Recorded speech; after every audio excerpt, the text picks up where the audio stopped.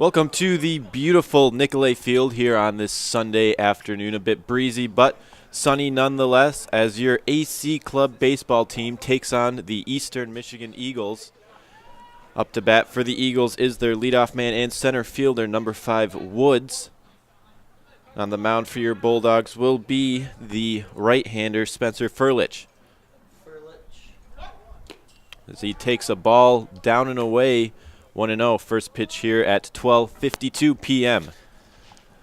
Furlich, 4 games played this year, has a record of 1-1. He's given up 14 hits, 11 runs. 7 of those have been earned for a 4.74 ERA, but has a 2.12 whip. So we'll see if he can buckle down today. Cody Alexander on the call here with my colleague Robbie Alexander. As Woods puts that one into left field for a solid base hit. And Cairo's going to bobble that one out and left. Woods is going to take the extra base.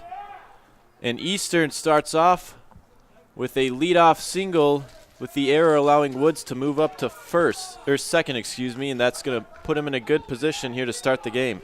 Yeah, Nicolay Field, the nickname is the bounce house. Sometimes they take hops that you're not expecting. Cairo got a body off of it, but still deflected off the chest. Allowed that runner to get an extra base. Eastern already cooking. So tough break for the Bulldogs. That's going to bring up the Eagles' shortstop, number 4, Glidden.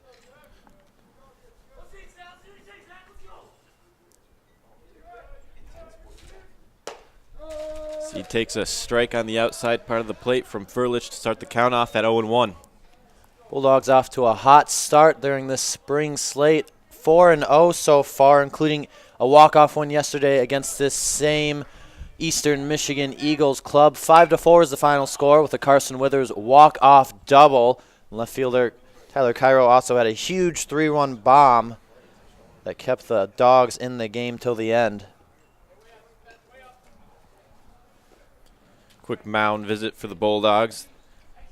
That's catcher Young out to talk to Furlich.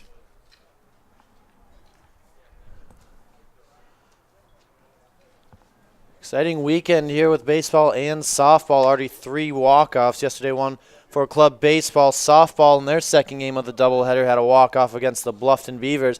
And on Friday, the varsity baseball team took game number 1 with a walk-off single and extra innings by Hunter Hayes. Gave Tommy Parsons his record 31st career win. Glidden takes one in the dirt. Brings the count to 1-2. Game 1 of 2 here at the Nick today on this Sunday afternoon. As he's going to take strike 3 on the outside part of the plate. The Dogs get their first out of the inning. Furlich really favoring that outside black. Going to try to make these hitters take it the other way if they want to get on base. And that'll bring up the catcher, Todd. Looking to drive in an early run for the Eagles here. Breaking ball stays up high, starts the count 1-0.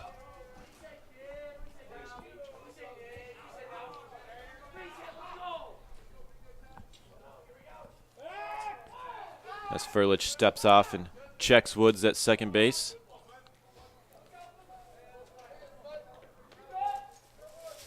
Gets the sign. Here's the 1-0. It's a strike down the middle. Evens the count at 1 apiece. Bulldogs defensive alignment. You have Gugnacki at first, Rochia at second, Milligan at short, Ham at third. You have Young behind the plate, and left to right in the outfield is Cairo, Bytel, and Carney. So he takes another ball down and away, brings it to 2-1. Batting order for the Eagles. We have Woods, Glidden, Todd in the 3-hole. Cleaning up is Williams, and then we have Catch, Campbell, King, Magram, and then finishing things off is Mansfield out in center field. There's a pitch down and away. Nice back pick by Young. Checks the runner, but nothing doing. Woods stays at second.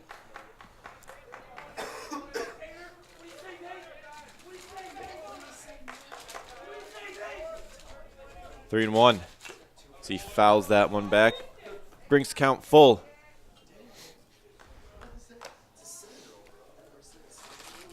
Scoreless here in the first, 1 out. Eagles have an early man on second.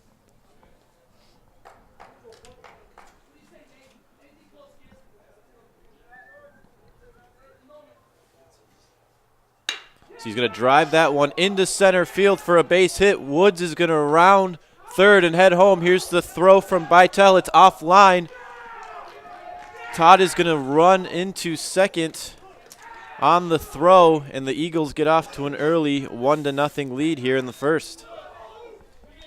Yeah, Furlich ball's just catching a little too much of the play with these first couple batters, and Eastern not missing those pitches and getting good swings on them. Not the way the Dogs want to start this game. No, it looks like Woods had an easy route to home plate. Dogs might have been better off cutting off that ball and keeping Todd at first, but because it went through and it was slightly offline, he was allowed to move up to second. Yeah, early in this game, probably better to play it safe than try to gun the runner out. A run this early doesn't matter, but if you start giving those runners extra bases, it could spell trouble. Furlich spins a breaking ball off, stays high, 1-0. Cleanup man Williams is up to bat, the pitcher for the Eagles today. So another fastball, stays high, brings the count to 2-0.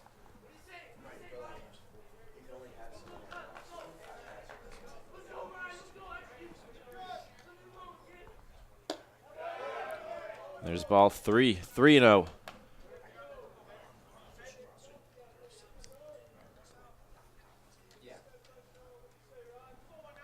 Wind blowing straight away center today. There's a 3-0. And that's going to stay low for ball 4. And Williams draws the walk. That puts runners on first and second for Eastern.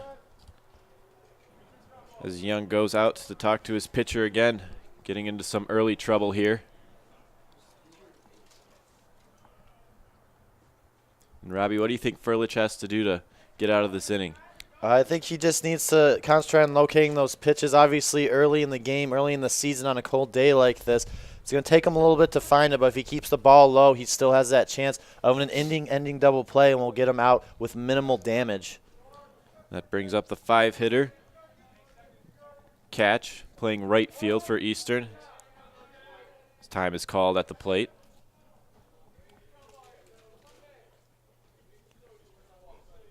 One nothing Eastern here in the top of the first.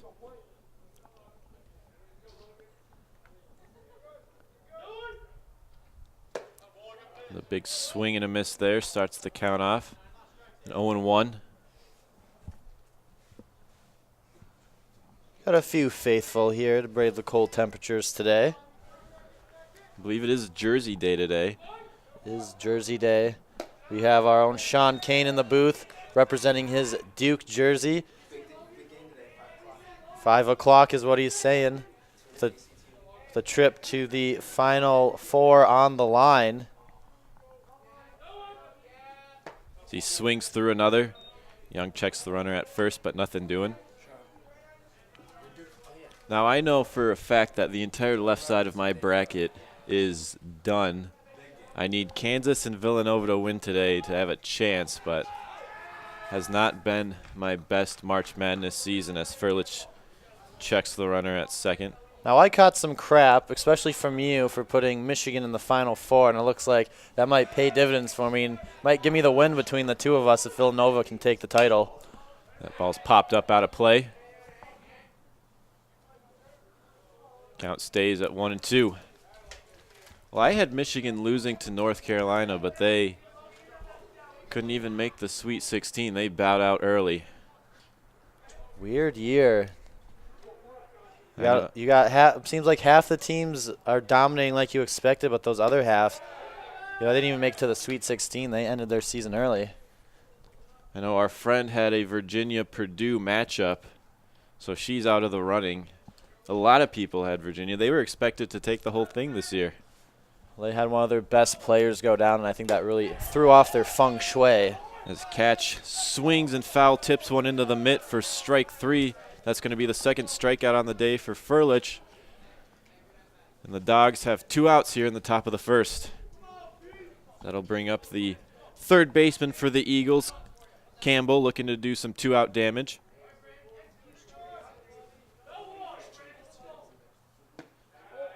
He starts off with a ball outside, 1-0.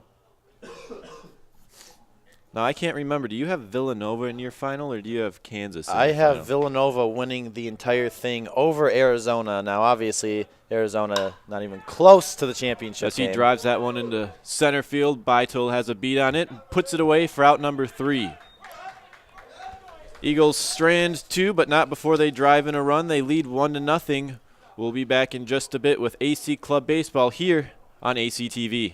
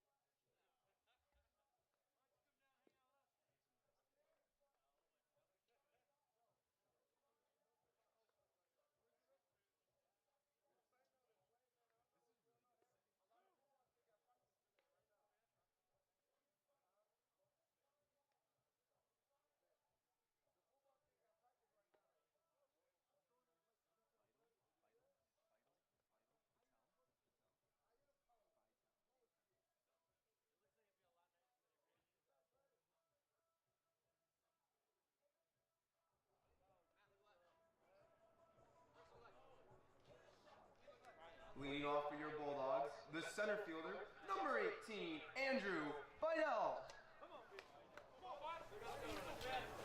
Bottom half of the first at the Nick here today. Eagles able to jump out to an early 1-0 lead.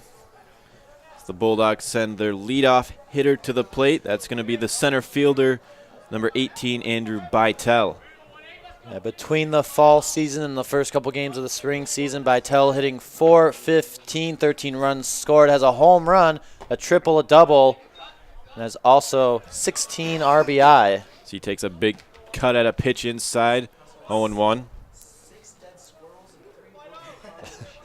On the mound for the Eagles today is Williams. As Beitel takes one in the head.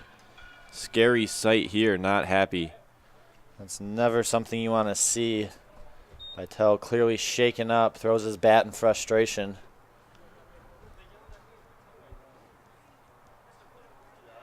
Always a scary sight. He walks it off. Looks like he's going to head to first, but definitely frustrated. First pitch of the ball game for Williams. Second pitch of the ball game for Williams. Nonetheless, not the way that he wanted to start the day. There's definitely no intent there, but you can obviously understand the frustration on the part of Beitel. So the Bulldogs have their leadoff man aboard, and that's going to bring up the shortstop, Brandon Milligan, looking to move this runner along. Williams checks Bytel at first. Here's the first pitch. As that ball sails inside, almost hits Milligan. It's 1-0. 3 pitches on Williams, 3 inside, so it looks like he's going to try to attack him inside on this cold day. So he's going to put that one in the air. Second baseman Magram calling it off, and he's going to put it away. Checks the runner at first, but Bytel stays. It's going to be 1 out for the Bulldogs here as they send up the second baseman, Tyler Rochia. Rochia batting .424 this year. 16 runs scored, 12 RBI. Also has a home run to his name so far. Pickoff throw to first. Bytel back in safe. Always good when you can see a little power out of your second baseman. Looks like the Bulldogs have a lot of power throughout the lineup. Leadoff hitter can swing the bat, so can the second baseman. Rochia takes a strike inside, 0-1. Williams still working that inside part of the plate. So there's another pick to first base, and the ball gets away. Bytel thought about it, but he's going to stay put at first base. Yeah, fence is not too deep in foul territory here at Nicolay Field, so just because the ball gets by the first baseman does not mean it is a guaranteed extra base for the runner. Lucky break for the Eagles there. Bulldogs almost had a runner in scoring position, but not the case. Here's the 0-1 to Rochia. He takes another strike inside. Quickly 0-2.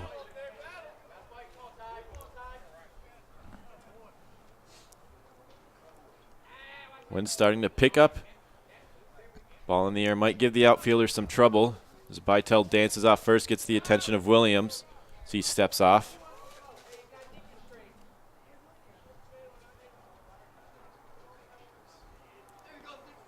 Gets his sign.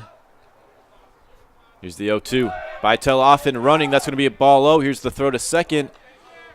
And they're going to call him out. Looked like he might have had his hand in there, but the umpire has the better vantage point, and Bytel is gunned down by Todd. Bytel thought he had the base stolen. He hits his helmet on the ground in frustration. Throw had a little bit of a curve at the end, but it curved the right way. Second baseman, easy tag for him. Nice throw by Todd, the catcher. That's going to be 2 outs now for the Dogs as Rochia tries to keep the inning alive. The 1-2. Going to foul that one hard off the bleachers up here on the first base side of the diamond as he stays alive. Williams takes a break to tie his shoe. Safety first. Never want to trip out there on the field. Of course. Not only hazardous, but also an embarrassment and a reason for your teammates to heckle you. The 1-2. He's going to chop that one to the shortstop, Glidden, who comes in, makes the play, throw to first, and he is out. So the Dogs get their leadoff man aboard, but can't score any. We go to the top of the second. Eagles up 1-0 here on ACTV.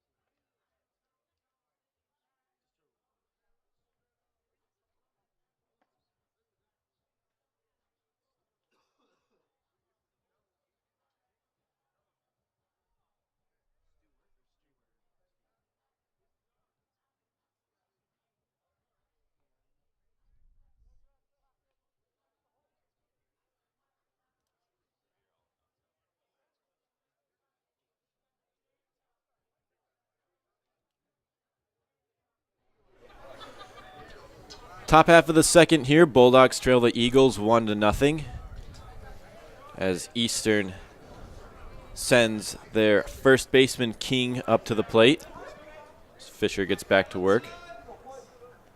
Excuse me, Furlich gets back to work. Starts him off with a strike low and away, 1-0. Well, as we saw in the first inning, Bytel took a pitch to the head, stayed in the game, was eventually thrown out at second. But Coach Greenwood had decided to pull him, so there has been a few defensive changes as King takes a ball outside. So David Stewart will be playing third. He replaces Bytel in the lineup. Ham, who was playing third, will move over to shortstop, and the shortstop, Brandon Milligan, will take Bytel's place in center field. As that ball finds the outer half of the plate. 1-2 now on King.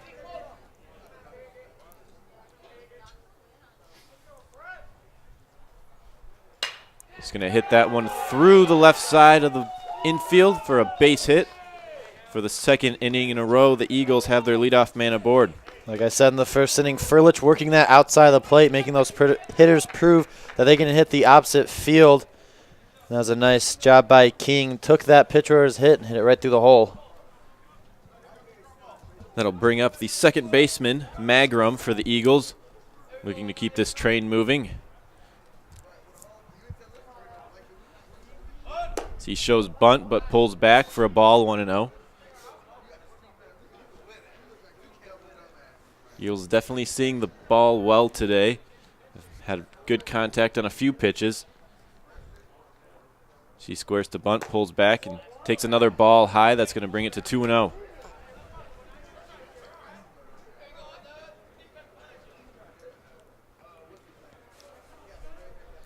King 2 steps off of first. As Magrum swings through this one, and that'll be 2-1.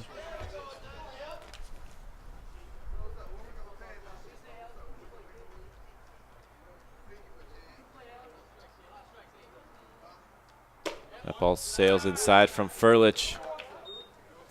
This ball is, count is 3-1.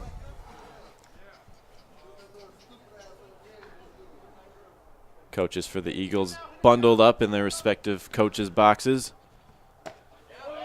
As Furlich finds the outer part of the plate, bring the count full, 3-2 for Magrum. Definitely a brisk day out today. Game time temperature 33 degrees.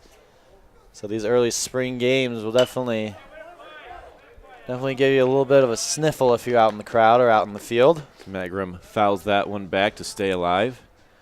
Nicolay Field all turf though, so provides a little bit of heat.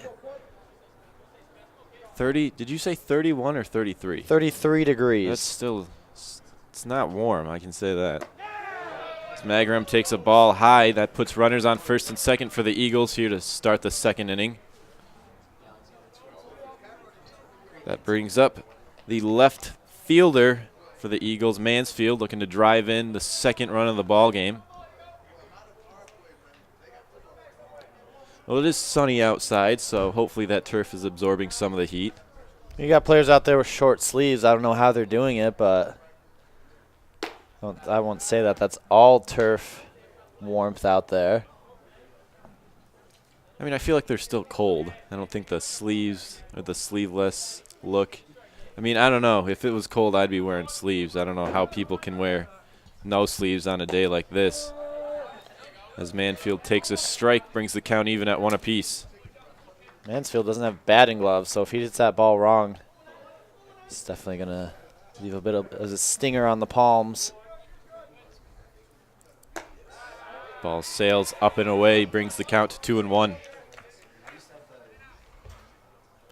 I know our friend back home, Joey Bugner, was not a batting glove guy, but when it got below freezing or around freezing, instead of batting gloves, he would wear his mom's gardening gloves to the plate. As Furlich spins a breaking ball that stays up and away. Of course, Joey was born and raised redneck in the town of Clio, so he was able to make do with what he had. Also would wear flannel under his jersey on the colder days. Furlich finds the inner part of the plate, brings the count full, 3-2.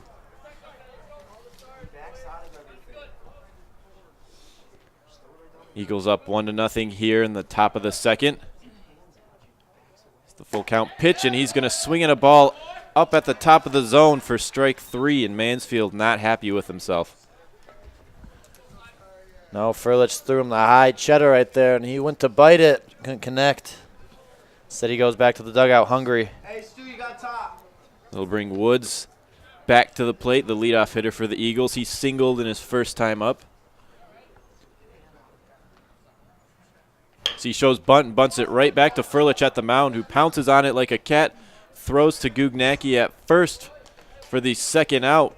Runners move up to second and third, but a big out for the Bulldogs as they try to work out of this jam.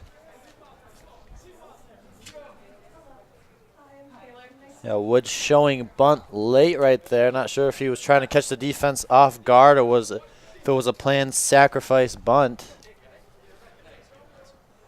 Did the job at least to move up the runners, but with 2 outs now, Glidden has a little bit of a job to do. He takes a ball down in the turf, 1-0. Not usually where you want to bunt the ball either. You want to stay away from right back at the pitcher, but the Eagles were able to move up nonetheless. Furlich gets his sign. It's the 1-0. Just a bit outside. 2-0 now. I think he was trying to push it down the first base line, of course. Roshia playing double play depth, not expecting the bunt right there. Just wasn't able to angle the bat enough. So that ball comes in for a strike. 2-1.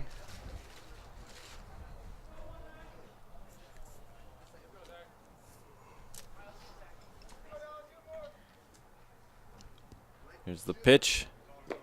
That ball in the dirt. Nice block by the catcher, Young. Keeps King at third base. The Furlich is in danger of loading the bases here with 2 outs in the top of the second.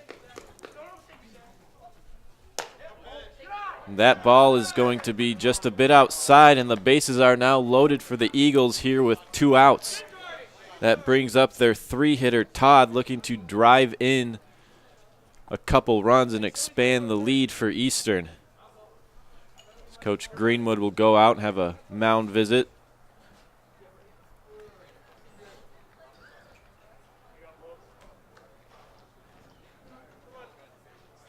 Couple pitches looked close in that at-bat, but just not able to catch the black. Yeah, and the umpire strike zone pretty accurate today, pretty consistent. Early in the game, Furlich hasn't shown that he can throw consistent strikes. If he's able to do that, sometimes the home plate umpire will extend that strike zone for the pitcher just a little bit. But in this case, he's making Furlich prove what he's worth. That was the second walk of the day for Furlich. And now he'll try to work out of this bases-loaded jam. Todd had the RBI single back in the first.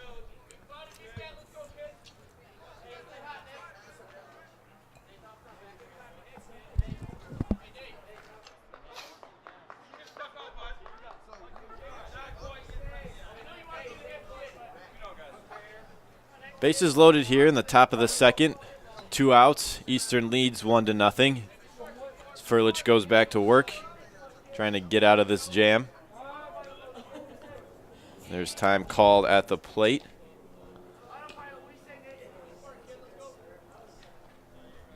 Todd will step back into the box.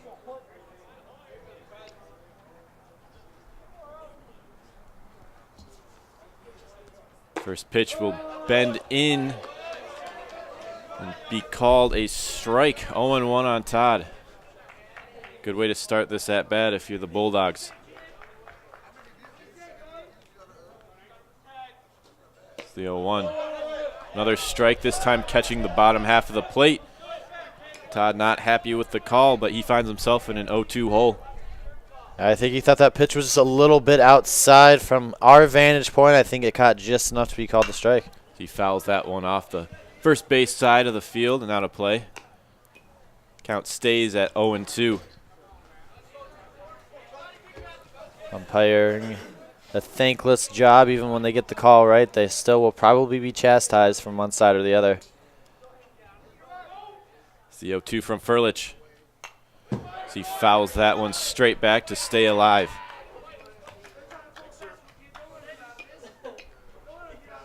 Two umpires in the field today for this club baseball game.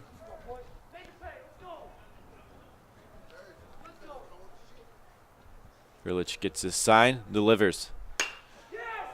As Todd puts that one in the air to left field, Cairo is ranging back, and he's going to put it away for out number 3. Eagles lead them loaded. We go to the bottom half of the second base. Dogs trailing 1-0 here on ACTV.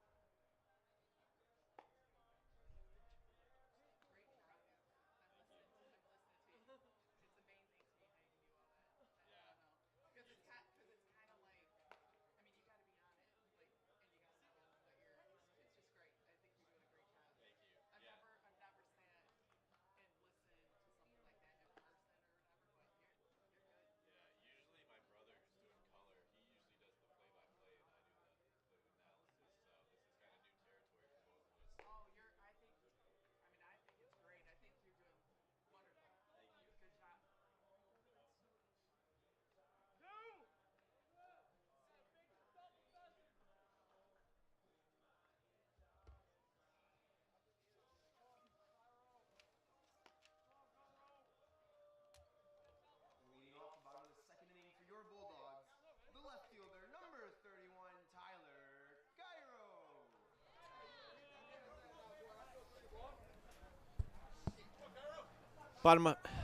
Bottom half of the second here on ACTV.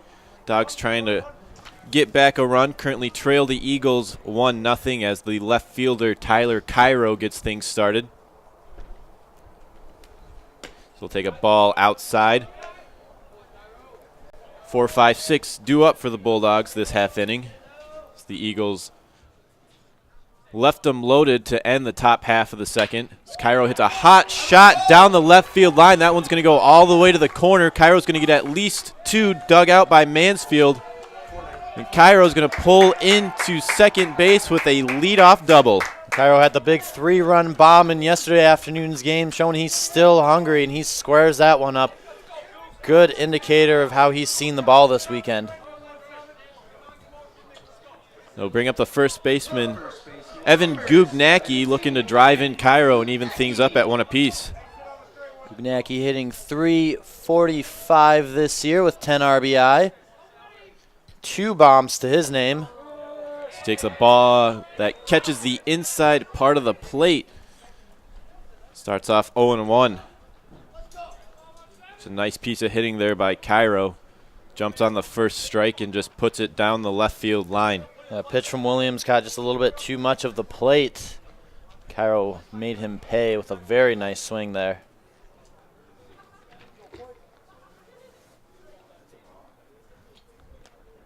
Cairo 5 steps off of second. Second baseman creeps in. Williams gets this sign. Here's the pitch. Ball's going to sail outside. Evens the count at 1 apiece.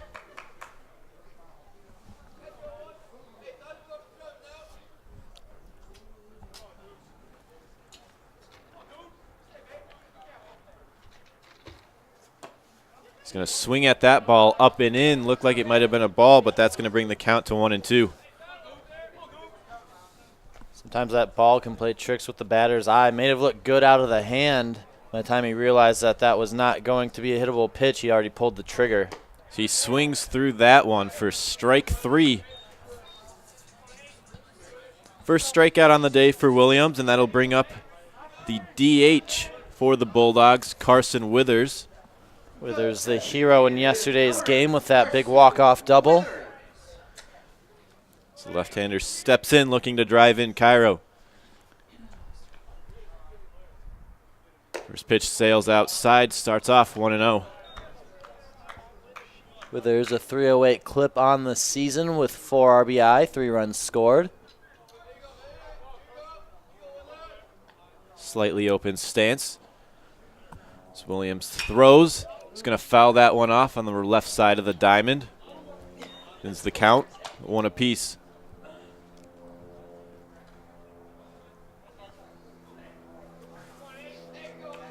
So plane flies over Nicolay Field. Airport just down the road, so we see a lot of small personal planes. That ball inside. Todd unable to handle it, and Cairo is going to move up to third. Yeah, I wasn't able to get a body on that pitch in the dirt. Bounced far enough, just far enough away for Cairo to take advantage of it. Got his glove on it slightly, but not able to keep it in front of him. That's going to bring the count to 2-1 on Withers. The chance to drive in first run of the game for Adrian. That ball cuts across inside, bring it to 3-1.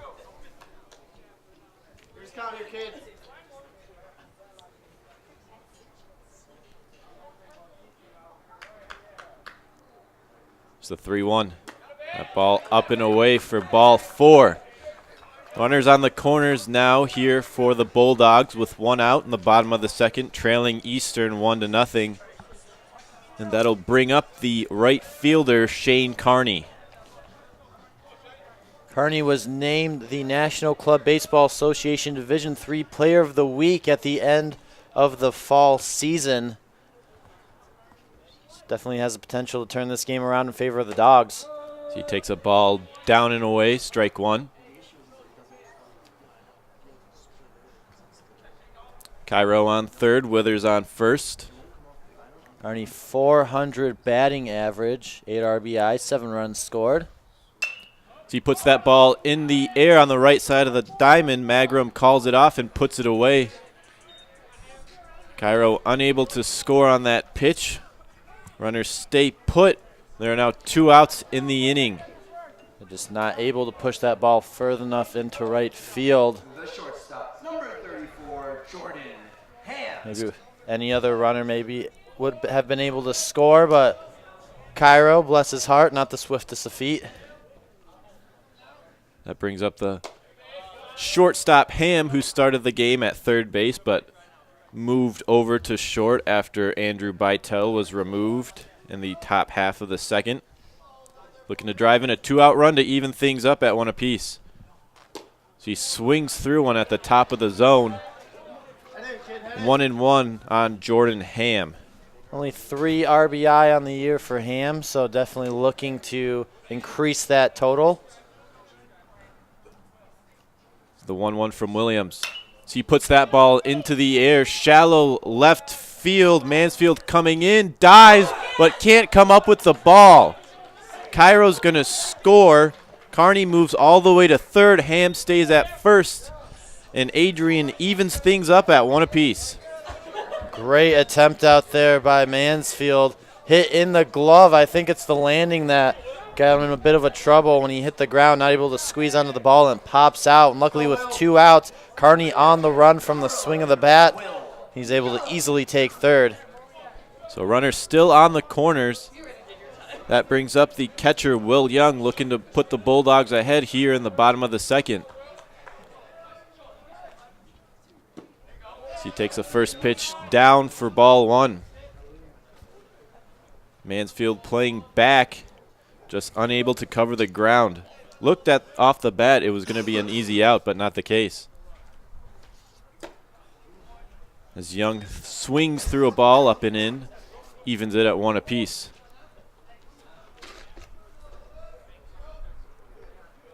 Ham big lead off of first. As Young takes one down and away, 2-1. Ham has stolen base potential. We'll see if Greenwood wants to send him here. Will not be the case as Young takes one inside. 3-1, and Williams is in danger of loading the bases here with 2 outs. As he gets this sign, checks the runner at third. So the pitch. One just catches the inside part of the plate. Brings it full 3-2, and Ham will be off on the pitch. 1-1 game here in the bottom of the second. Runners on the corners. As Young swings through that one, strike 3.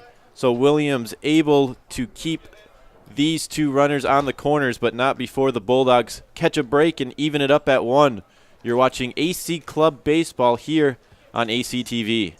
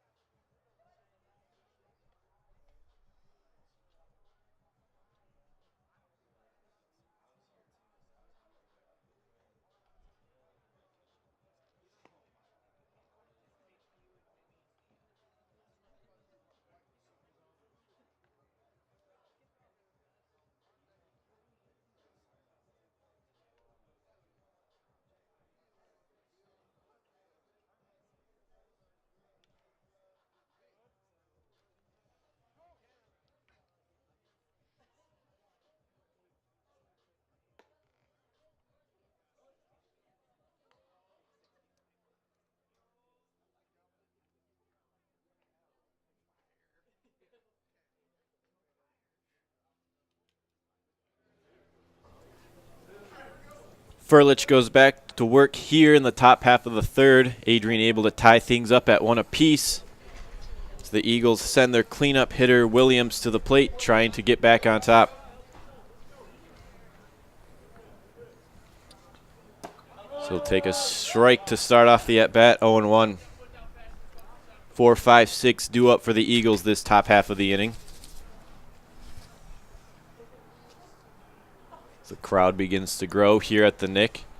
I think they heard about Jersey Day, want to come join in on the festivities. See a Pittsburgh Steelers jersey out there, among other things. Won't hold it against him. As Williams takes a bender in there, brings the count to 1-2. Nice pitch by Furlich. Got a cheer from the press box for that one. Gets this sign. Here's the 1-2. Ball in the dirt inside, evens it up at 2 apiece. Furlich has shown today that he can throw that breaking ball for a strike, so Eagles will have to watch for both pitches. Fastball and the breaking ball. As Williams going to bloop that breaking ball out to center field by the center fielder Milligan. Forgot to update my depth chart. Ranges over 3 steps to put it away for out number 1. Yeah, outside pitch. Looked like he kind of tried to pull it, pop the booty out, tried to drive it to right field instead. Just a lazy fly ball for an easy out number 1.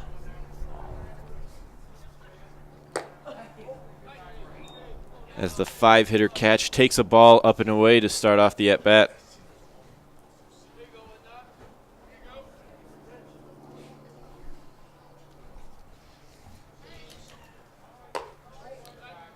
Ball 2, 2-0.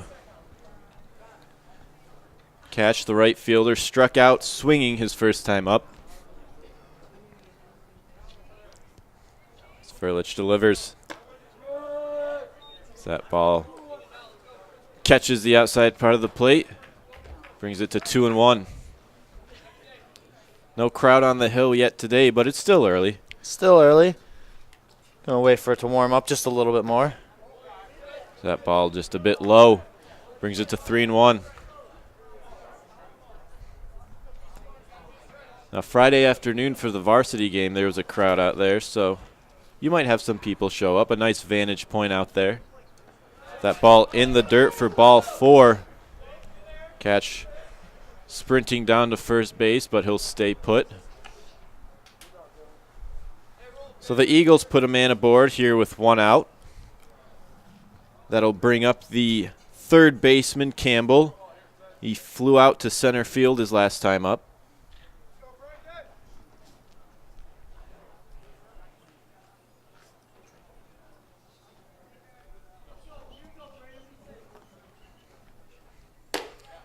Takes a strike to start off the at-bat, 0-1.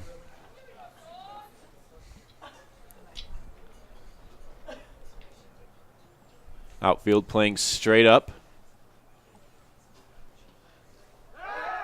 As Furlich throws over to first, but Cash able to get back in time.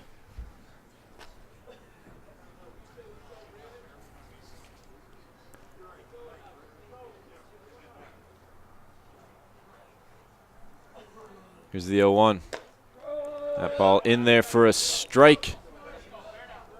Bring the count to 0-2.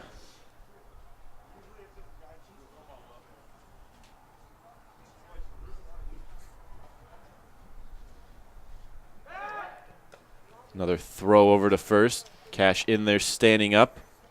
Not a big lead off of first there, but always good to keep an eye on him down there. Yeah, I don't want the runner to get too big of a lead. Not necessarily always trying to pick the runner off, but just stay in his head. Keep him close to the bag. 0-2 pitch outside brings the count to 1-2.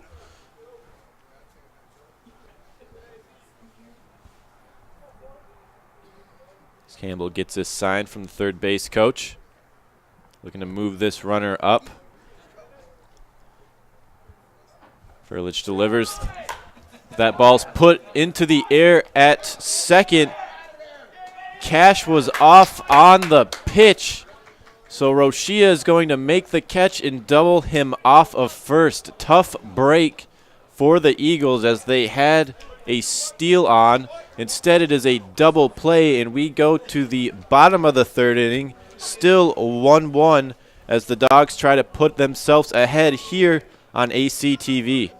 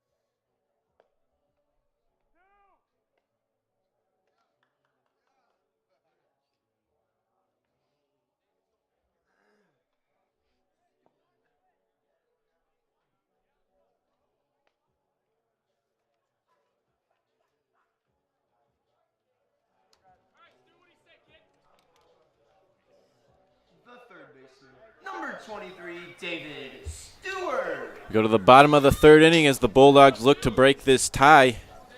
Third baseman David Stewart will get his first at-bat. Stewart taking the slot in the lineup of Andrew Bytel, who took a pitch to the head in the first inning.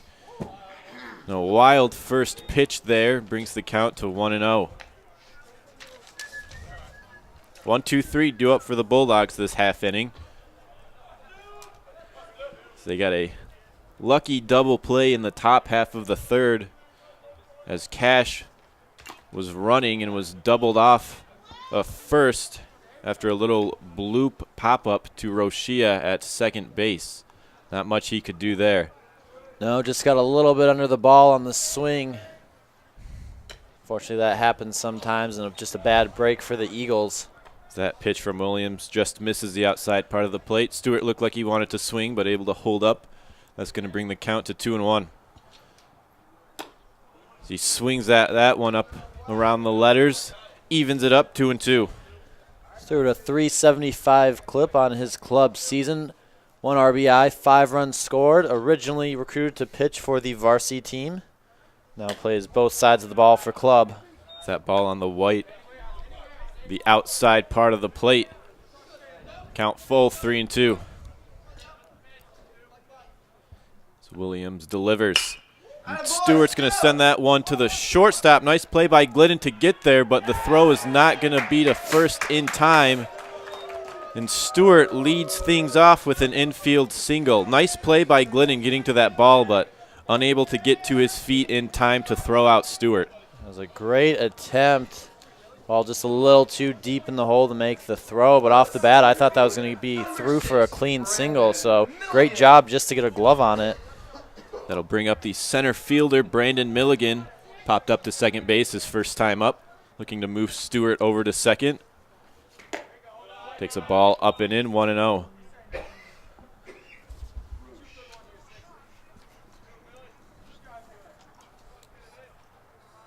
Stewart slight lead over at first base. Williams checks him. Here's the pitch. Another ball up and in, 2-0.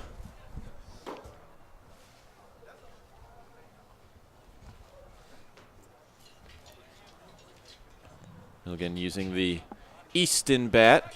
As Stewart draws a throw to first, he dives in safe.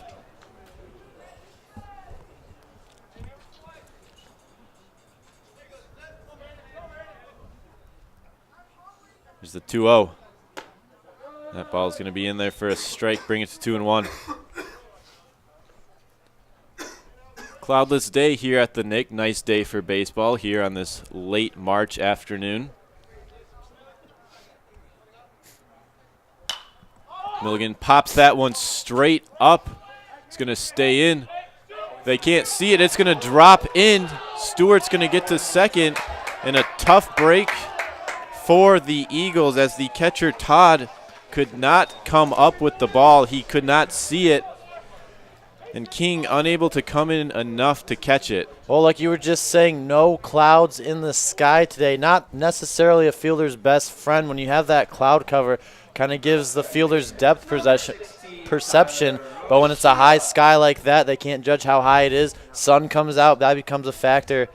And just a tough break for the Eagles.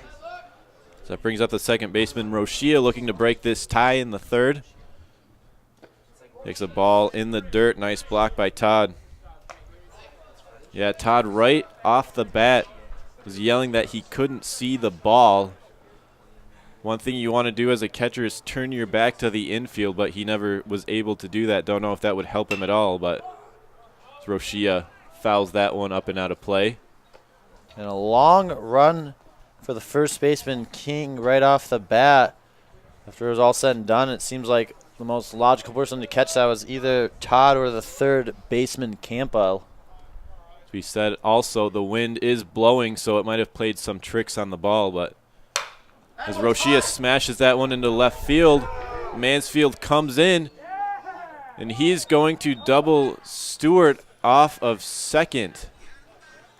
Not sure if Stewart was running on the pitch, but that's going to be 2 outs now for the Bulldogs. Robbie, what did you see there? Well, I saw a fist bump from Coach Greenwood when he got to third. May have been a run on the hit there, or he might have just not judged it off the bat. It kind of looked like it was going to fall, but it hung up longer than he may have thought. Just a soft fly ball, and Mansfield was able to come in about 5 steps. Stewart already to third, so easily doubled off as Tyler Cairo comes to the plate and takes a bender on the inside for ball 1. Another thing was that Stewart did not look at the outfield, straight shot to third, which makes me think even more that he might have been off on the swing no matter what.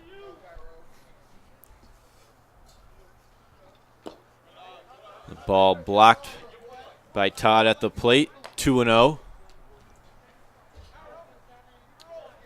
So that's twice in this third inning that we have seen a runner going on the pitch and getting doubled off. This time is called at the plate. Of course, Cash had that same thing happen to him in the top half of the inning, which ended things for the Eagles. As Cairo takes a strike, brings the count to 2-1.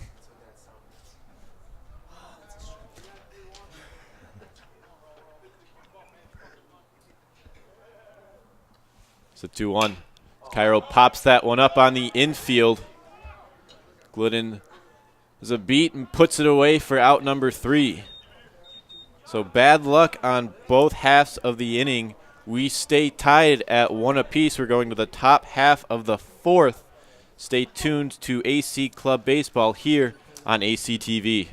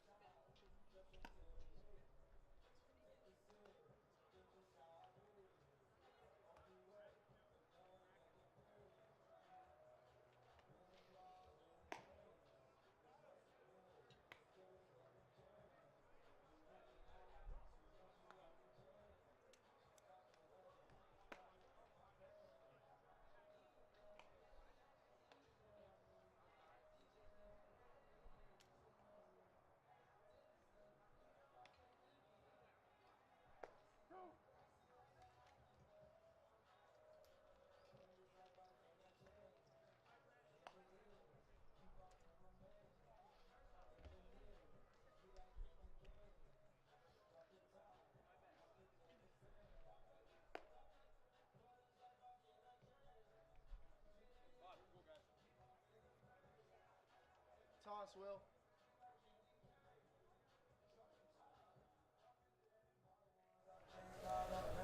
Seven, 8, 9 due up for the Eastern Michigan Eagles here in the top half of the 4th inning. Things still knotted up at 1 apiece as the first baseman King steps in, looking to start the inning off right. King singled his first time up. That was back in the first inning.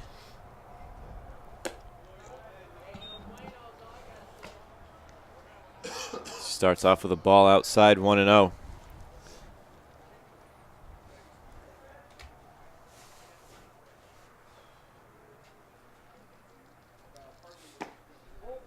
That ball just a bit inside, bring it to 2-0. Furlich, 3 strikeouts on the day so far. It's a freshman out of Cleveland Heights, Ohio. So he sends a fastball up and out of the zone, bring it to 3-0. Quick score update out of Alma, Michigan. The varsity baseball team currently up 1-0 in the top of the 3rd. That ball sails outside for ball 4. Put the leadoff man for the Eagles to start the 4th. That's going to bring up the second baseman, Magrum, who walked his first time up.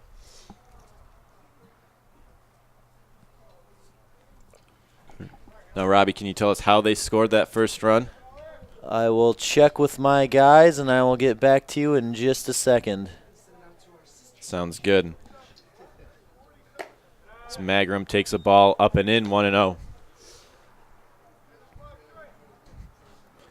Varsity baseball looking for the series sweep. They won 2 at home back on Friday, including a Game 1 walk-off winner As that ball misses again, bring the count to 2-0.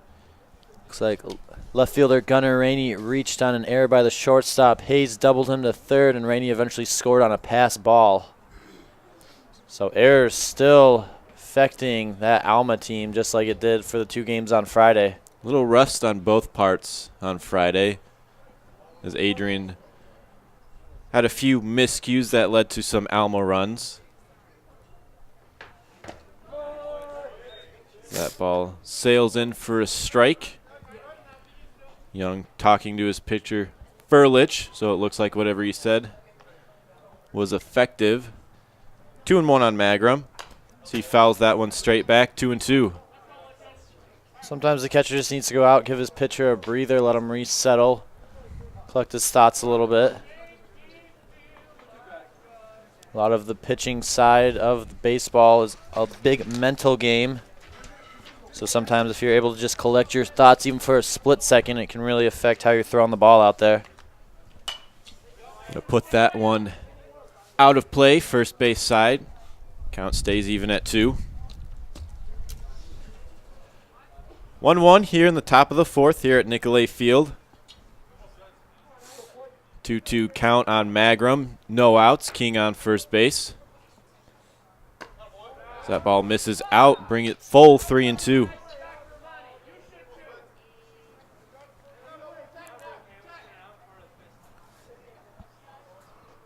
Left fielder Mansfield waiting on deck for the Eagles. That ball just misses outside. So Magram draws the walk, put runners on second and first for the 9-hitter Mansfield. Coach Greenwood goes out to the mound. We'll see if he keeps Furlich in the game or if he goes to his bullpen.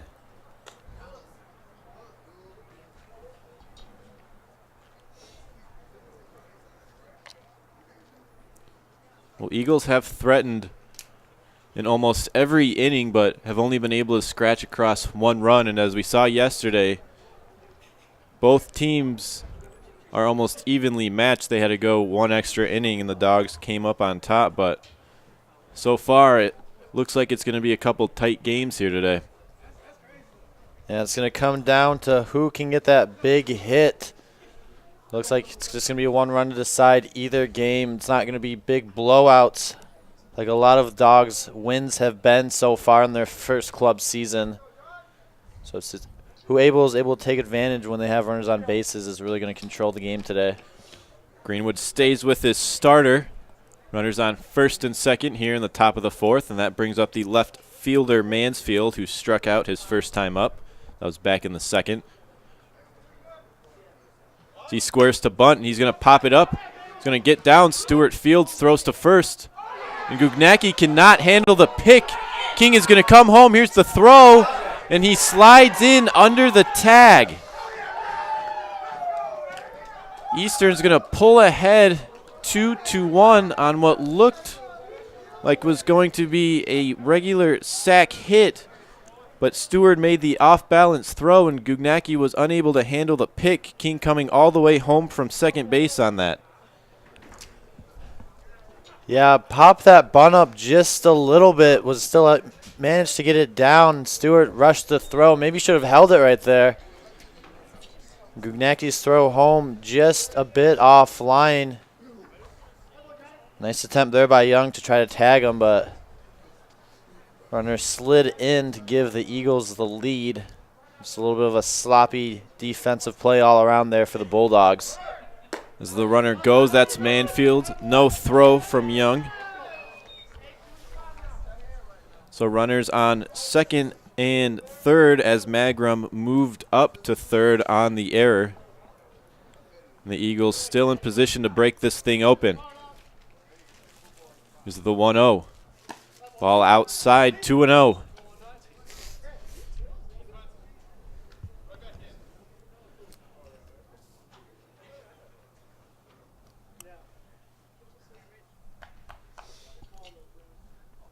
Furlich delivers.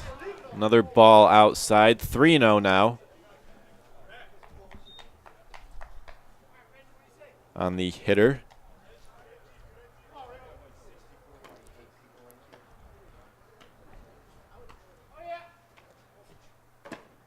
Ball's going to be in there for a strike. Well, Woods due up in the order, but it looks like we have a pinch hitter. Don't have the information available, but we'll go with the number instead of the name as he's going to rope one foul down the third base line. Almost hitting his third base coach there. According to the lineup card, that is number 14, Nel Nassi.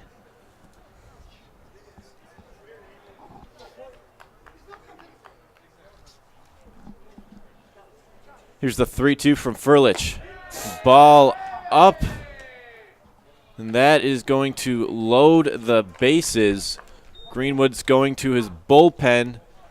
Eastern, a prime chance to break things open. We'll give him a chance to warm up. Don't touch that remote or that clicker, whatever you want to call it. We're going to come back in just a bit here on ACTV.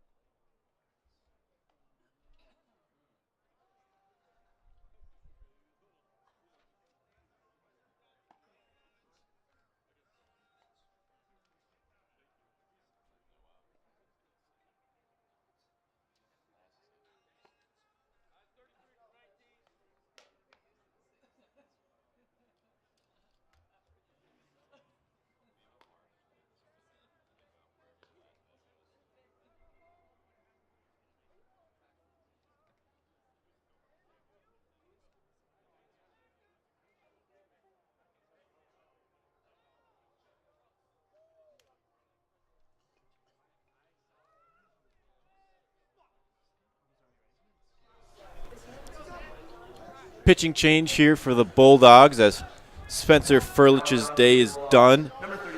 Eagles have the bases loaded here in the top half of the fourth inning. No outs. The Bulldogs go to their submarine right-hander. Robbie, what can you tell us about the new pitcher? Well, it's number 33, Scott Seminski, 6.2 innings pitched this year, 1-0 record with a 1.05 ERA, 2 strikeouts. He's only given up 1 run in those 6 innings so far. As Glidden swings through the first pitch, strike 1. Looking to break this thing open for the Eagles. So there's another strike, 0-2.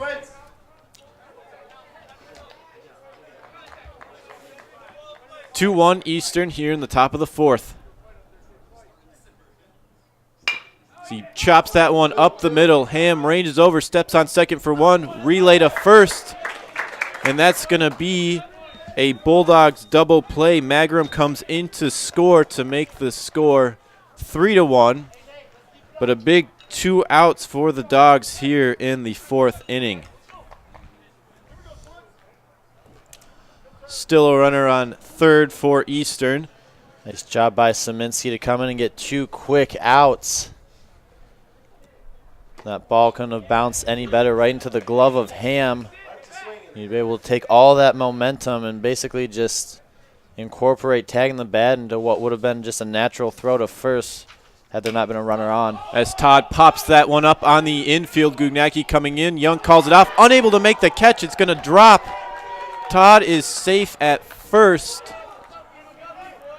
The Eagles score another run. That was the left fielder Mansfield, and they take another one to the Dogs. It is now 4-1. Yeah, as soon as that ball went up in the air, we saw Squints kind of throw his hands up, get out of the way. He did not see it. And the wind and the sun still playing a factor in this game as we hear the Eastern Michigan bench kind of saying, yeah, it happened to us. It's going to happen to you guys too. Young with the last-ditch diving effort. Like I said in the top half of the inning, as there's a throw over to first base. As a catcher, when the ball goes up like that, you want to get your back turned to the infield. Especially with the spin, it makes it a lot harder, but Young unable to do that. And the Eagles put another run on the board. That ball misses outside on the pitcher, Williams. Flew out to center his last time up. That ball grounded to the second baseman. Rochia has it. Flips to Ham at second for the force. So that's going to do it for the Eagles, but not before they put 3 up on the board. We'll see if the Dogs can tack a few on. Eastern up 4-1 going into the bottom half of the inning here on ACTV.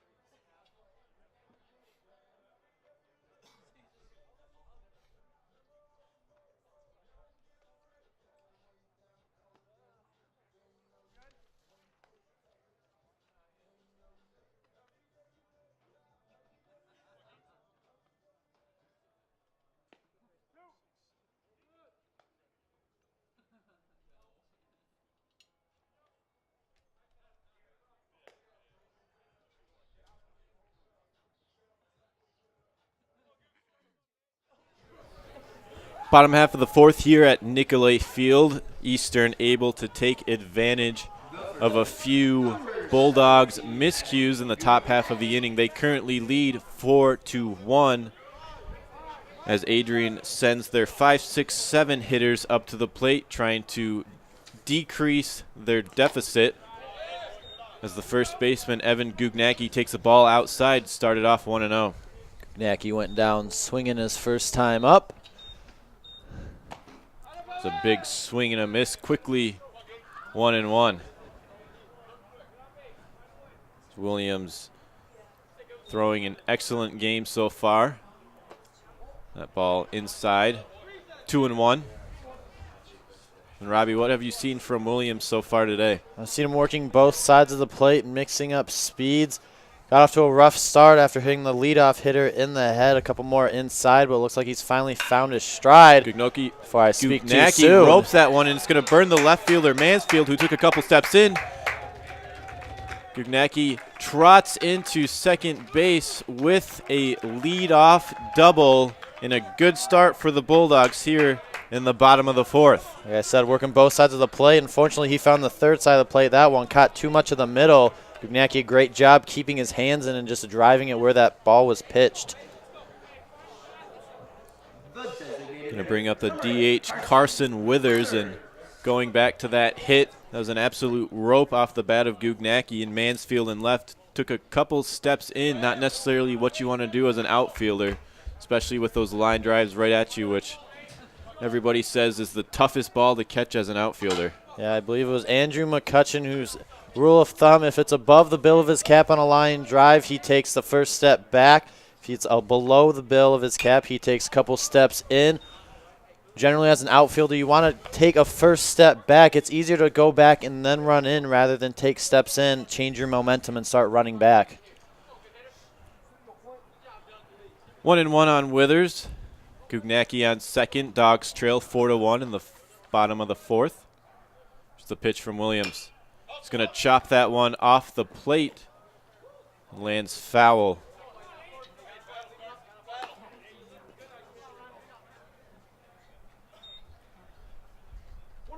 1-2 on Withers.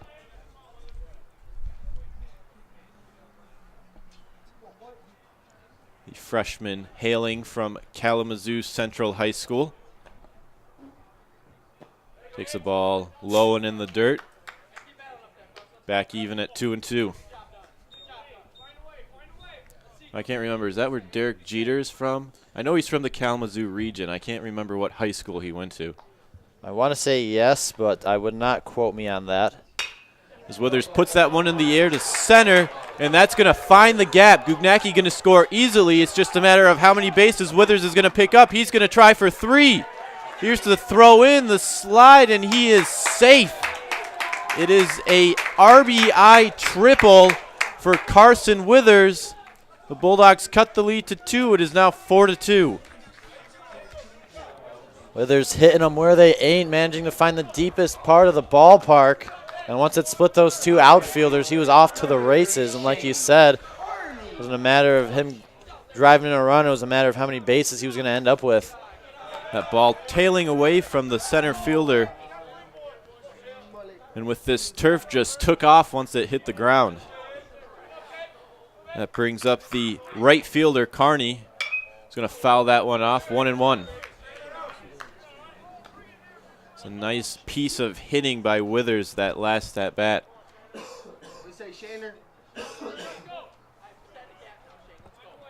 So Dogs, an opportunity to cut this lead to 1. As Carney swings through, looked like a changeup. Now in the hole, 1-2. It's the pitch from Williams. He's going to chop that one down the first base line, but foul. Come on, Shane. Staying alive.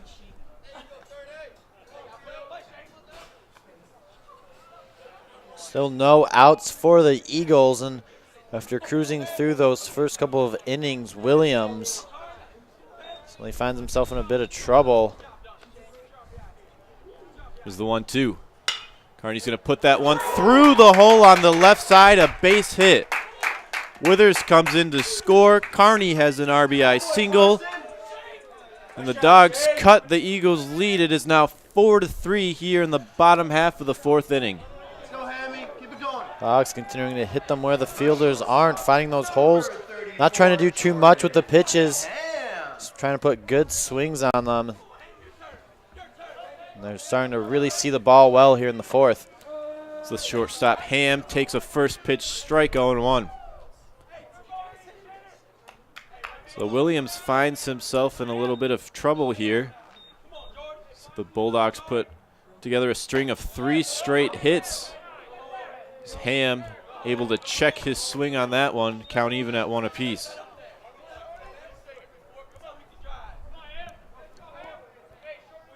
So a double by Gugnacki, a triple by Withers, and a single by Carney puts 2 on the board as Ham grounds that one, and it's going to get past the shortstop Glidden into center field.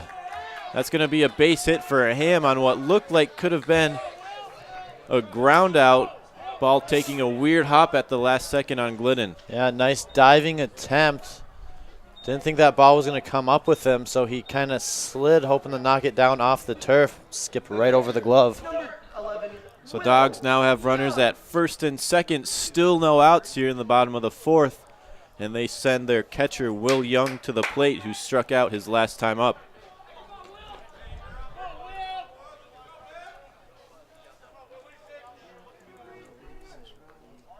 Williams checks the runner at second. Here's the pitch. As Young squares to bunt but pulls back, and that pitch is high. Start at 1-0. ya, kid.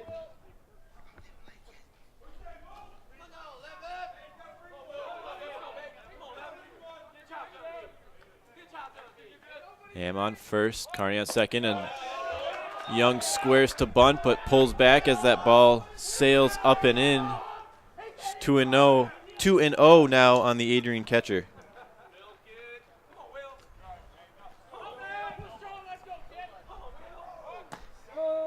That pitch finds the strike zone. 2-1 now on Young.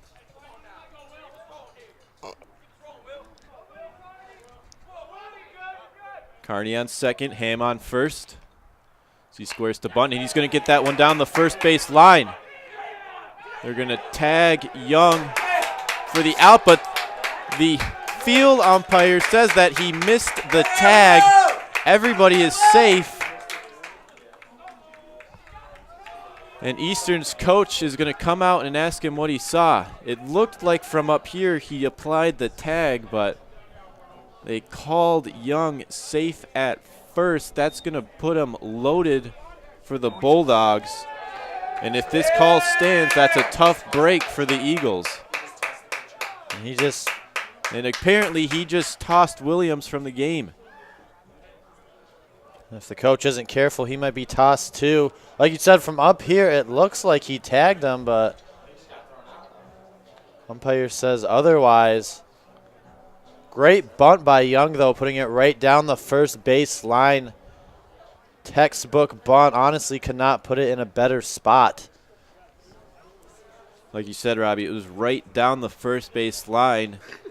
Carney and Ham moving up regardless. It was just a matter if Young could get to first base, and looked like the tag was applied, but the umpire saw differently.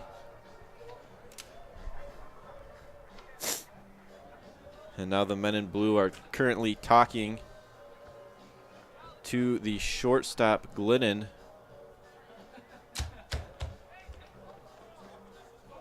As it appears that the pitcher, Williams, may have been thrown from this game.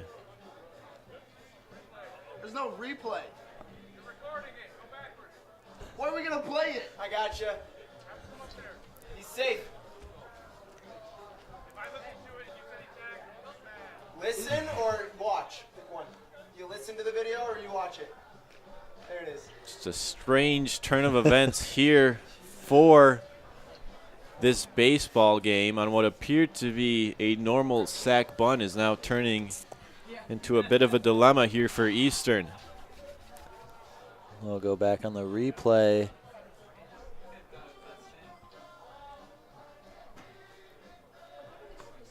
Hard to tell from the replay, honestly. It looks like he may have missed them from where we were. I think it was a matter of Young getting past him before he applied the tag. So from where we are in the booth, it looks like he swiped across the bag, but Young may have been just a step ahead of him. Well, Williams gets the hook. Eastern's going to have to bring in a new pitcher. We're going to let him warm up and let the confusion on the field kind of dissipate. Stay right here on ACTV. We'll come back as soon as we figure things out.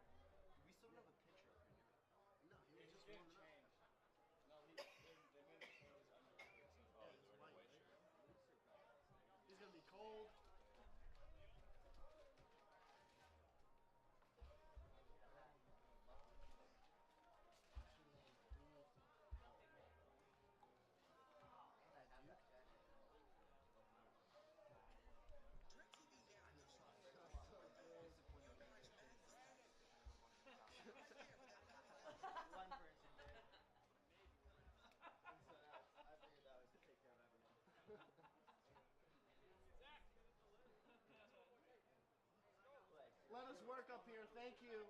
You're on the field. Still got a lot of work with.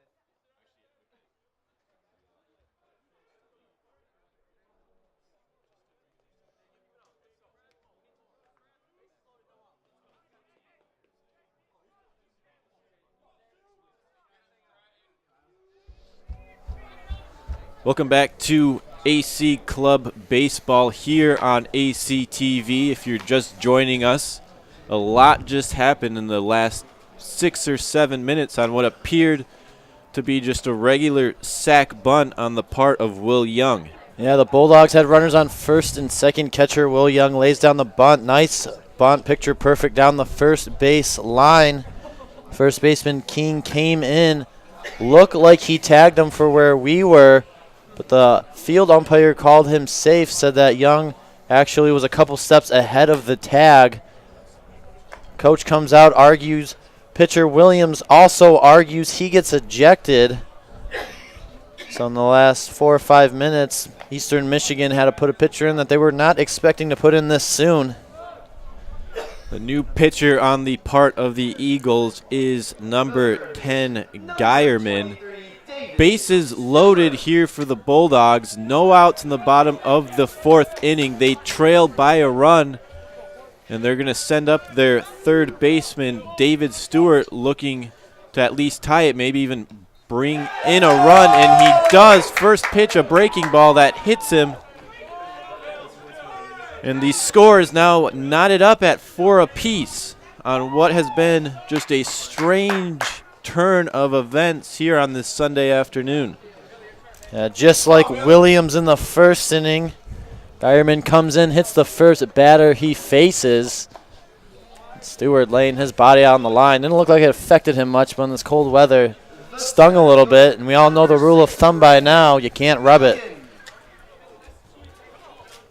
4-4 game, bases still loaded for the Bulldogs, and they bring up their center fielder, Brandon Milligan, looking to break this thing open.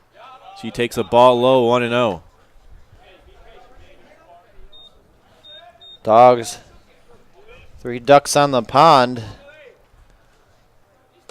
And they're looking for open season right now. She takes a strike up and away. And all this confusion, I forgot to mention that there's 4 waffles in a 3-way toaster, and Milligan's trying to make a continental breakfast as that one comes inside, brings the count to 2-1. Yeah, we got ducks, we got waffles. Either way, Bulldogs looking to eat right now. A lot happening this last half inning. Geierman delivers and throws that ball in the dirt. Nice block by Todd. 3-1, and he's in danger of bringing in another run via the free pass. Well, they made him change his undershirt. He had a white undershirt on. That's against the rules, kind of hides the ball in the hand. Maybe it was his lucky shirt and just threw off his whole game plan. That ball misses low and away. Milligan draws the walk. Ham comes in to score. The Bulldogs take the lead. It is now 5-4 Adrian here in the bottom of the 4th inning. It's one thing to load the bases, but then when you start walking in the runs, I think that's worse than giving up a couple hits right there. That ball misses low to the second baseman, Roshia, who now takes the spatula.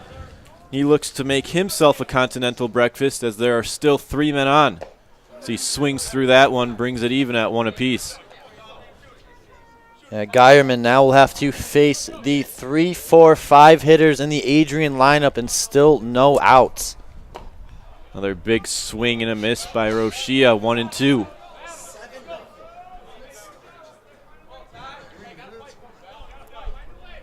Four runs, 4 hits, 1 error on Eastern. 5 runs, 8 hits, 1 error for Adrian. So Roshia pops that one up and out of play, stays at 1-2. A breaking ball right there. Just a little bit ahead of it, but was able to keep his hands back, flick it foul to stay alive. The pitch from Geierman. Fouls that one back. That one gets the top of the helmet, and Todd goes down. Not a good sign.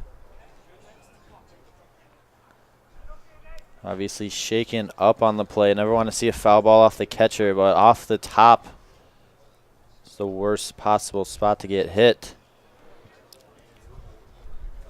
We'll let him take a quick breather, and we'll be right back with more baseball on ACTV.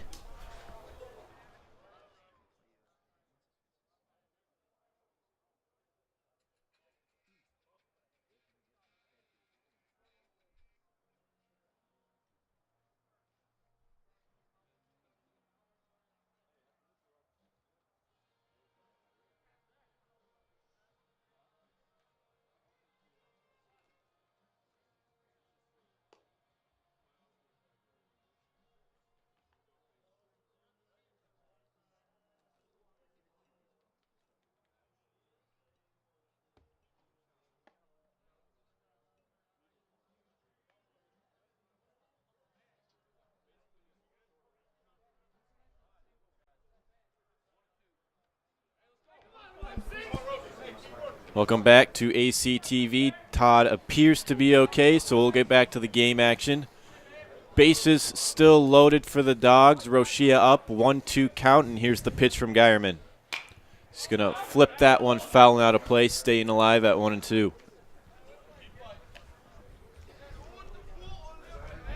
Geierman taking one off the top of the helmet, which is not a good place to take it if you're a catcher. One of the worst spots to take it off the mask, but luckily he is okay.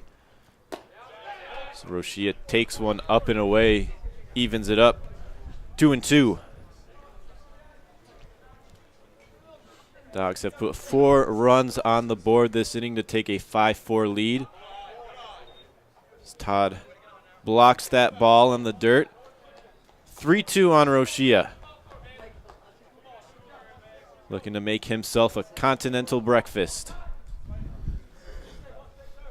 Syrups right there, the whipped cream. And the check swing foul tip into the glove of Todd. And Rochia goes down on strikes. First out of the inning for the Bulldogs. Bases still loaded. That is going to bring up the left fielder, Tyler Cairo. Cairo a double in his first at-bat. Just missed the fastball on his second at-bat. Popped it up to the shortstop. But he is seeing the ball well this weekend. The curveball bends in there, but just misses on the inside part of the plate. 1-0 on Cairo. A lot of curveballs to start this inning from Geierman. There's a lot of late movement on him. As Cairo hits that one up. Now to play on the right side. Evens it up at 1-1.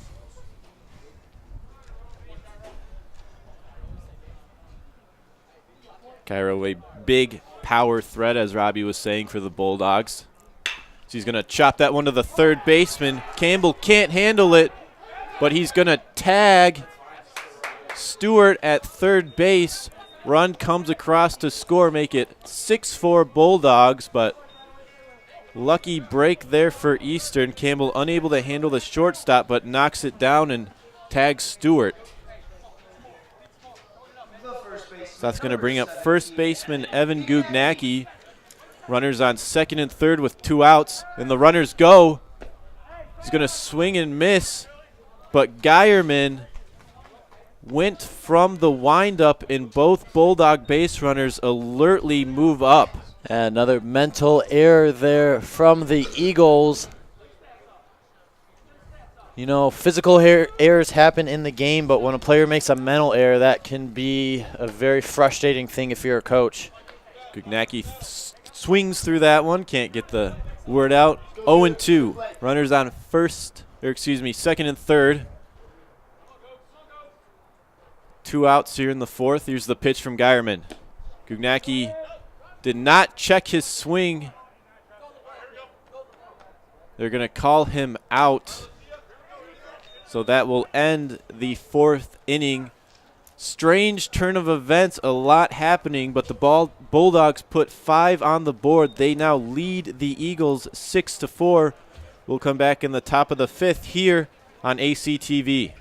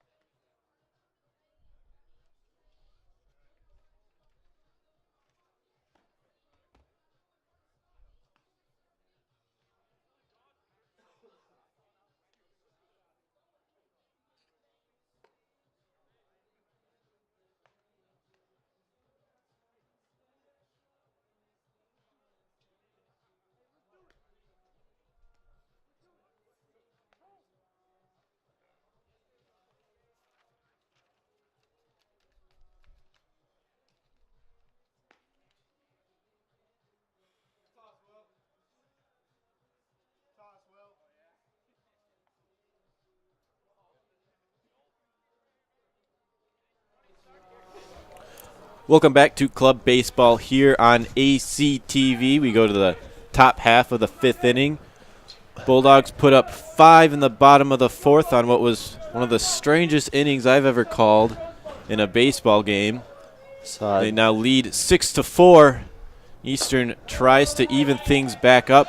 They send their right fielder Catch up to start things off. Yeah, we saw an ejection, a couple good bunts, 4 waffles and a 3-way toaster, a wardrobe change. I think fans can leave happy after that 1 inning. Few continental breakfasts made that inning.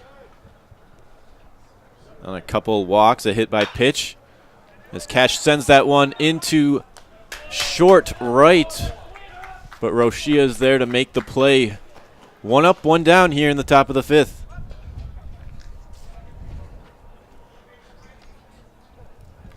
Yeah, you could see the wind have a big effect on that ball.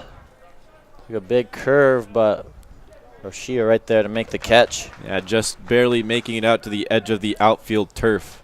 That's going to bring up the third baseman, number 21, Campbell. He lined into that 4-6 double play his last time up. He takes the ball down and away to start the at-bat 1-0.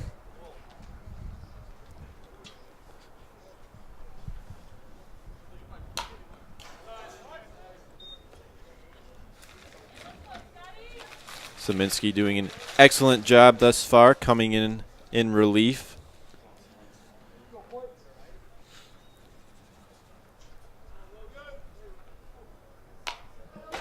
As Campbell fouls that one off the right side.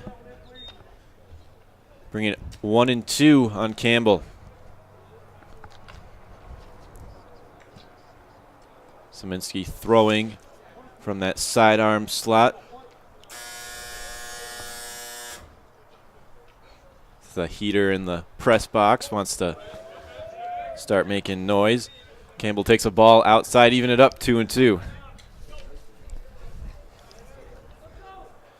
It's giving us a little bit of warmth, but looks like it doesn't want to cooperate anymore. We'll deal with the elements.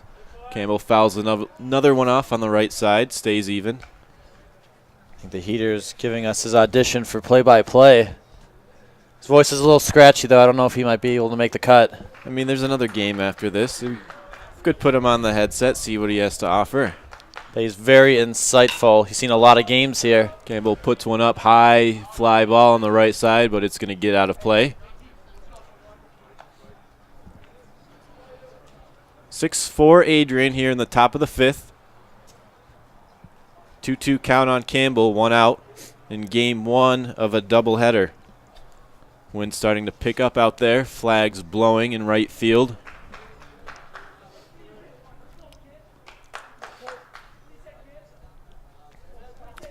Saminsky gets his sign. Here's the 2-2, and he's going to drive that one into center right at Milligan, who puts it away for out number 2. Line drive right at him. Nice job of just staying put.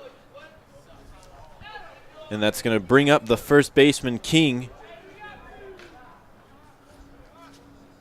Looking to keep this inning alive for the Eagles. Eastern Michigan, a couple good swings put on balls this inning. Just not able to find a gap in the field. That ball catches the outside part of the plate. 0-1 on the first baseman.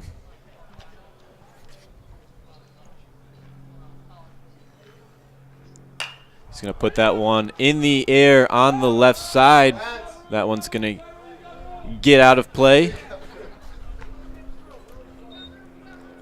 0-2 now on King. When you have an effective sidewinder like Saminsky, can really throw off the batters. They're looking for the release point in the pitcher, and when they have most of the guys they face thrown from 3/4 or overhand, and suddenly you have a guy coming from the side with a lot of natural movement, it can really throw off not only their timing, but kind of makes their swing feel a little awkward. They're not sure which way they should go about it. Not a hard thrower on the mound, but a lot of movement to his pitches, and these Eastern Michigan hitters just having a tough time of making solid contact so far. Here's the 1-2. He's going to put that one in the air to left field. Cairo ranging over, and it's going to find ground and one hop off the wall. King is going to trot into second with a stand-up double, and he keeps this inning alive for Eastern Michigan. Cairo, not the greatest round the ball. Looks like he kind of started moving in and then realized it was going to go to the fence. Not sure if he would have caught that ball regardless, but not the best route that he could have taken. Yeah, kind of a J route there. Wind maybe playing tricks on the ball. Now a runner on second with 2 outs, and that's going to bring up the second baseman, Magrum, who swings and misses at the first pitch, 0-1.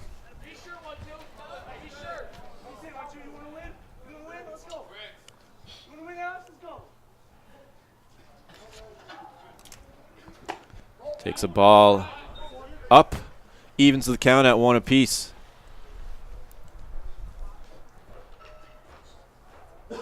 Wind definitely blowing out there today.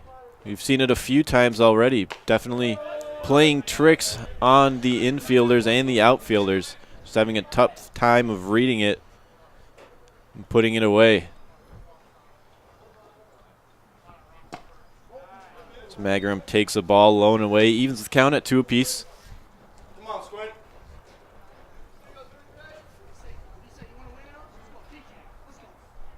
Sminsky checks the runner. Here's the pitch. Inside, nearly hits him, and that's going to bring it full 3-2. Quick score update out of Alma. Currently bottom of the 5th inning in game number 1. Adrian leads 5-0. So they scored 4 more runs in this 5th inning. As Magrum chops one back to Saminsky, who flips to Gugnacki at first for out number 3. 2-out double on the part of King, but when unable to score him, we go to the bottom of the 5th inning. Dogs lead 6-4 here on ACTV.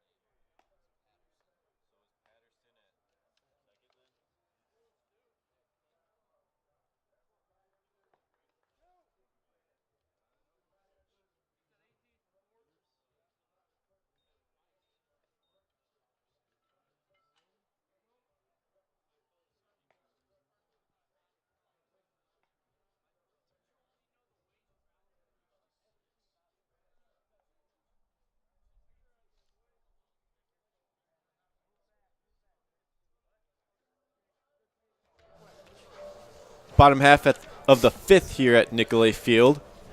Dogs leading 6-4 over the Eastern Michigan Eagles in Game 1 of a Sunday afternoon doubleheader. A couple defensive changes on the part of the Eagles. Second baseman Magrum moves over to shortstop. The original shortstop, Glidden, day is done. He is being replaced by Patterson, who will be playing second defensively.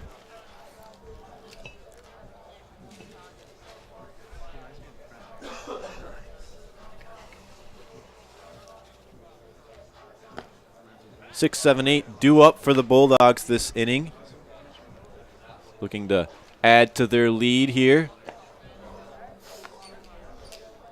And Robbie, what can you tell us so far about this game and what you've seen? Well, I've seen players much like us in the press box battling the cold, but I've seen a lot of good swings on the ball. The wind and the sun definitely a factor in this game, like we've been saying throughout the broadcast, but Still a close game, a very weird game from both sides, but like I said in the second, it's going to come down to who can capitalize when you have guys on base. Bulldogs send their designated hitter Carson Withers up to the plate to start the bottom of the 5th. Geierman still on the mound for the Eagles as we start play here. The first pitch is going to be chopped to the second baseman, Patterson. He's going to field it on a hop and throw to first for out number 1. 1 up, 1 down here for the Eagles. And up to bat now is the right fielder, Shane Carney, who singled and scored a run his last time up.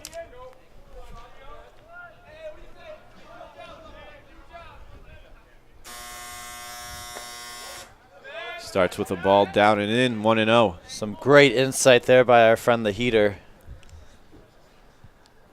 Geierman's second pitch.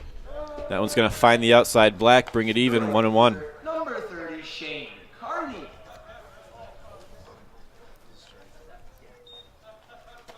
That curveball is going to stay inside and hit Carney. He's aboard with 1 out here in the 5th.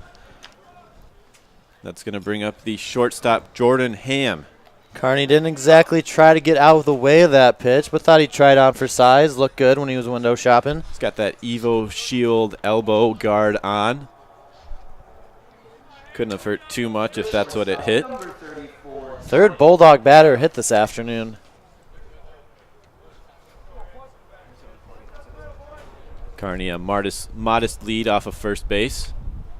Big secondary, but nothing doing as Ham takes the first pitch for a strike. 0-1.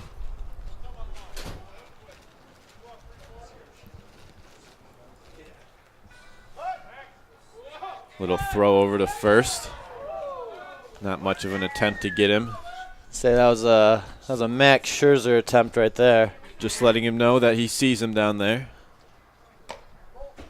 Second pitch sails outside. Brings the count to 1-1. Carney not a huge primary lead, but he's getting a big secondary. Geierman throws over and Carney dives back in safe.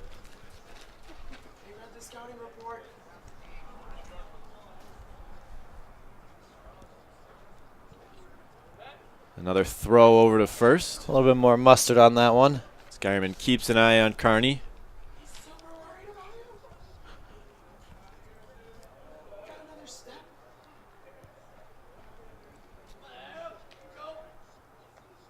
Here's the 1-1. 2-1 now on Ham on this beautiful Sunday afternoon here at Nicolay Field. My colleague here might disagree, shivering in the cold as Ham takes another ball low and away. 3-1 now on the Bulldogs shortstop.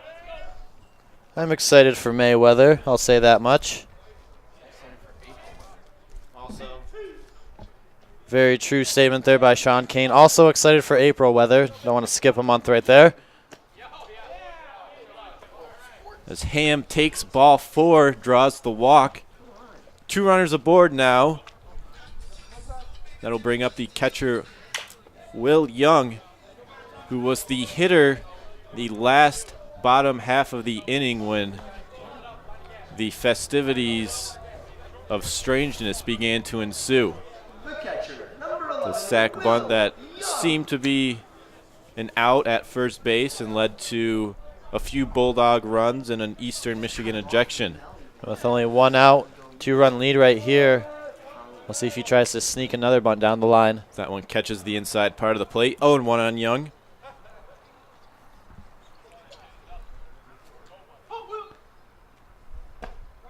Takes that one low and away. Quickly 0-2. 6-4 Bulldogs here in the bottom of the 5th. Runners on first and second. As Young chops that one foul on the right side. Stays alive. 4 runs, 4 hits, 1 error for Eastern. 6 runs, 8 hits, 1 error for Adrian. In this first game of a Sunday afternoon doubleheader. Also Jersey Day for the crowd, who despite the cold weather is looking like they're enjoying themselves. This time is called, and Todd's going to go out and talk to his pitcher. Well, this game is brought to you by ACTV, and it should be mentioned that this entire production is completely student-ran. You have myself and my colleague Robbie Alexander, who is actually in charge of ACTV, and we have a couple 109 students working the board. So everything that you're seeing in this game today and the game 2 of the doubleheader is all brought to you by students. As Gyerman goes back to work. 0-2 on Young. He's going to put that one in the air, but it's going to get out of play as King gives chase.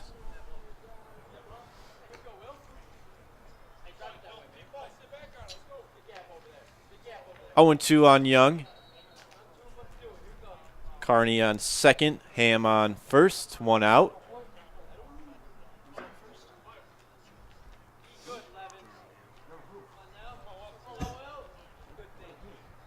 Here's the 0-2. That's going to be in the dirt. Todd loses it at the plate. Here's the throw to third. Shoot. And he is out at third. Ham able to move up to second, but nice throw by the catcher, Todd, who's able to keep it in front. Lost it for a second as the ball shot straight up, but able to recover quickly and gun Carney out at third. 2 outs now for the Bulldogs. 1-2 on Young. He's going to see if he can drive in Ham.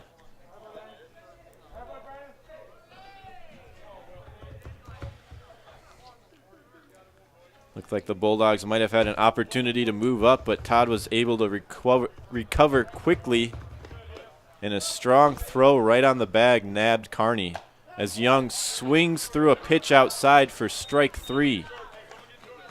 Bulldogs put a couple aboard, but unable to bring anybody home. 6-4 is your score here on Game 1. You're watching AC Club Baseball here on ACTV.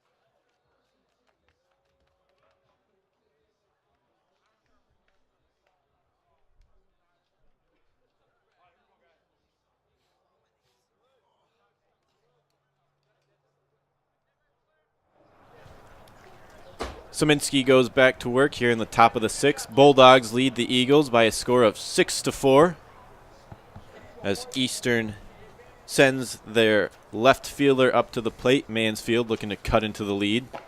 So he takes a ball outside to start his at-bat, 1-0.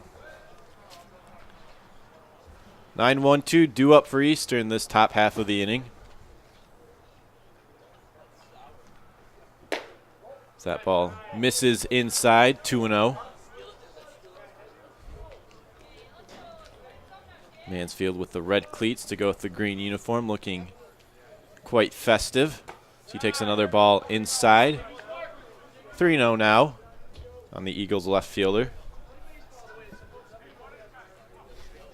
He's got the red bat to boot, looking like Christmas down there, wouldn't you say, Robbie? I would say, I'd say the cold matches it. And since we don't have a first name for him, I think we should start calling him Santa Mansfield. Has a nice ring to it.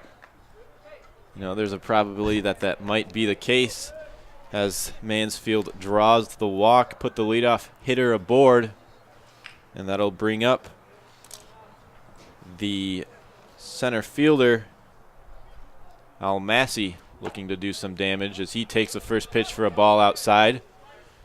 Gets away from Young, but nothing doing down at first base. Mansfield looked a little frustrated. Maybe he thought he should have had second on that one. Rolled to the right side of Young, but was able to get to it quickly. Big lead off of first from Mansfield. Now Massey will take a strike, evens the count at 1 apiece.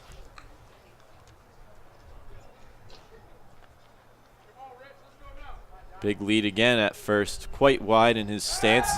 Szymanski throws over close, but back in safely.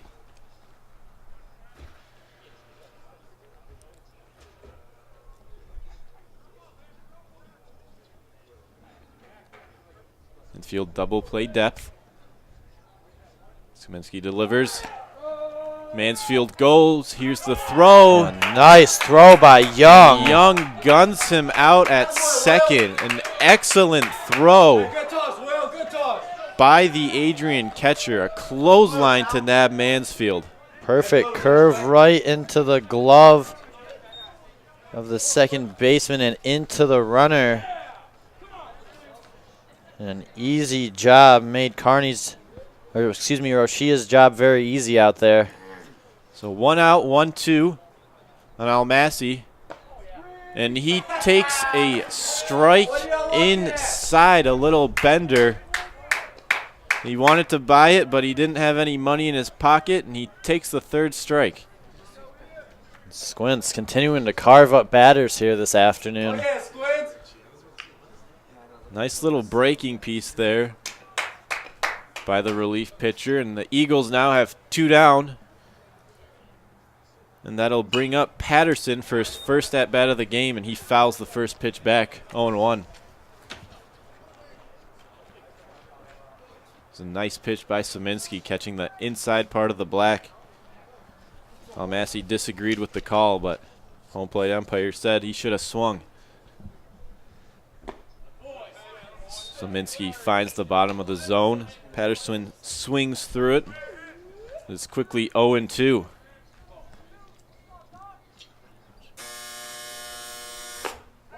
That ball just misses high. Szymanski wanted it running off the mound. 1-2 on Patterson. 6-4 Bulldogs here in the top of the 6th. 2 outs. There's the 0-2. Patterson chops one to Stewart at third, who fields it up the line. Throw to Gugnacki, who cannot make the pick at first base. And Patterson will be aboard via the Bulldog error. A nice play by Stewart, kind of a running throw down there, but Gugnacki having trouble making those picks today. So that'll bring up the big 3-hitter Todd. He's done an excellent job behind the plate today for the Eagles. So he puts that ball into the air. The right center, Cairo's going to call off Milligan and put it away for out number 3. So Eastern puts a man aboard with 2 outs, can't do anything else. We go to the bottom half of the 6th. Bulldogs lead 6-4. You're watching AC Club Baseball here on ACTV.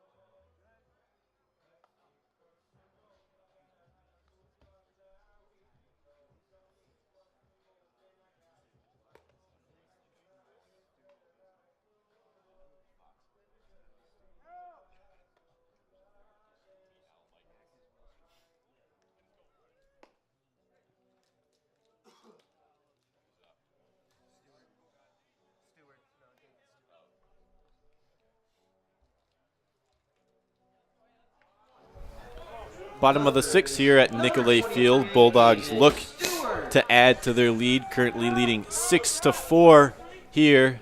The bottom of the 6th, and they'll send their leadoff hitter David Stewart up to the plate. He takes a ball outside, 1-0. 1, 2, 3 due up for the Dogs this bottom half.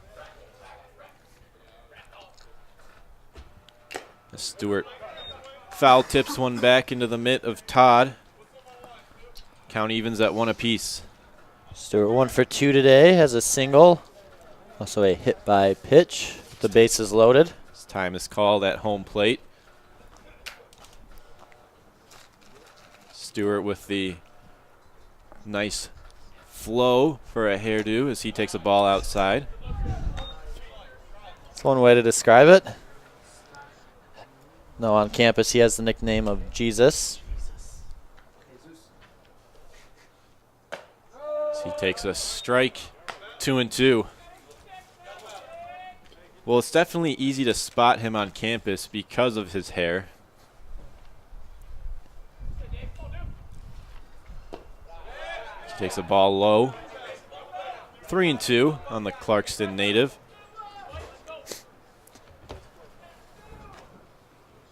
As Robbie said earlier in the game, Stewart originally came to Adrian to pitch for the varsity team, now playing third for the club team as he hits it to the third baseman, Campbell, and it eats him up.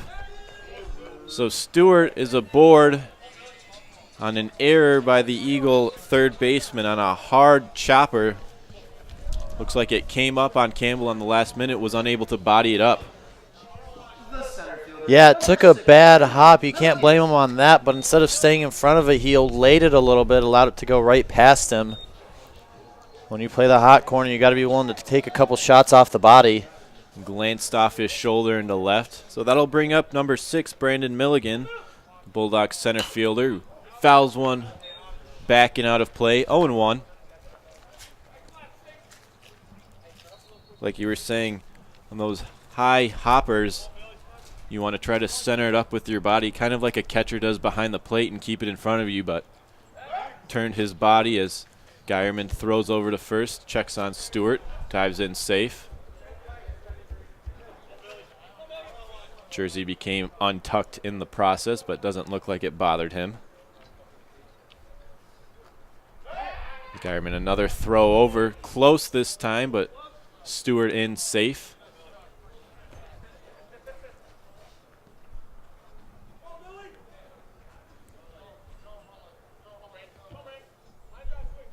And another throw by Geierman. Stewart, a modest lead off of first base, but Geierman preoccupied, wanting to keep him close as Stewart takes a couple more steps and widens his lead. Well, Jesus can walk on water. He must be able to fly on dirt, and they're trying to keep him stationed over at first base. Don't want to put him in scoring position. 0-2 on Milligan.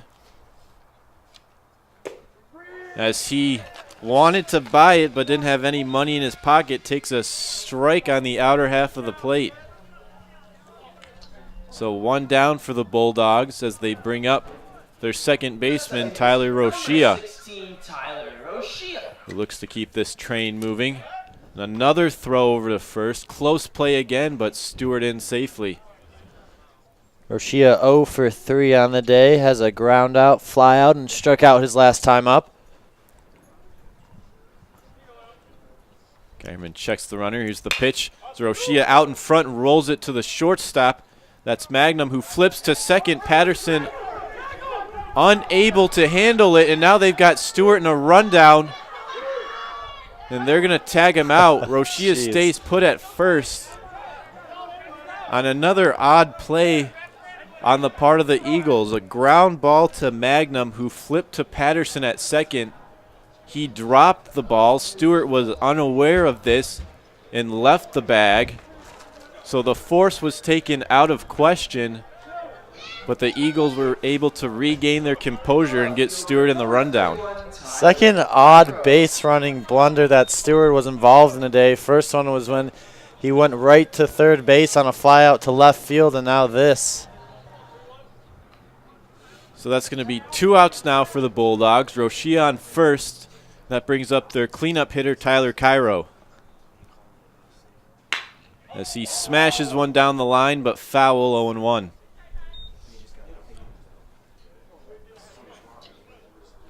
Just an odd play on Stewart there. And what looked like a routine double play ball, but the second baseman, Patterson, just unable to handle the flip. That's what you get with club baseball. Not as serious as the NCAA sports. Everybody involved just loves the game of baseball, trying to get a few extra games in while they're here in college. So oddities occur. It's a little bender. Catches the zone. Cairo disagrees, but nonetheless, it's 0-2. And you got a guy like David Stewart, very laid back, easygoing guy, good to get along with. So when things like that happen to him, you just kind of have to laugh. He'll shake it off. Coach Greenwood down there laughing at that last play. So it's just all a good time out here. First year of club baseball here at Adrian, and I know, Robbie, you especially wish that they had it earlier in your college career, you being a senior. Yeah, if they had it as when I was an underclassman, I definitely would have loved to play this, but good to see that they finally started it up. I know there's a lot of players that would have liked to play for the NCAA team, but much like myself, they just didn't have the skill or they didn't want to put all that work in. So when you have a club team, it's a lot of fun, lets you get your extra cuts in. I mean, baseball's a great game, national pastime, everybody loves it, so it's good to see these players able to have those 4 extra years and just play the game that they love. Cairo swings at a pitch in the dirt. Todd completes the putout at first base. Last call for the Eagles. We go to the 7th. Adrian up 6-4. You're watching AC Club Baseball here on AC TV.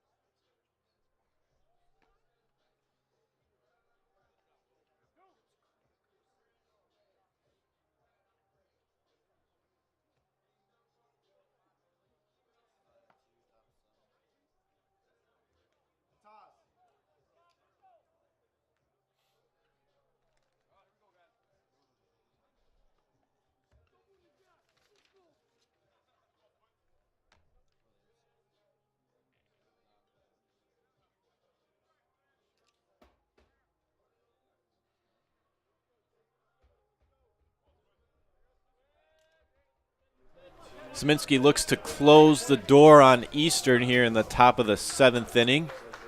The Bulldogs lead 6-4. That ball sails outside on pinch hitter number 10, who we are currently looking for the name of. I believe it's the pitcher not Gugnacki, Geierman. I think you're right on that as he chops one to Roshia in the hole, who makes an off-balance throw. Gugnacki finishes the pick this time. That'll be out number 1 on a nice play by Roshia up the middle. That was, in fact, Geierman. And while looking that stat up, I missed the dazzling play. So just a soft chopper up the middle, and Roshia able to range far to his throwing side. And Gugnacki was able to make the pick at first base.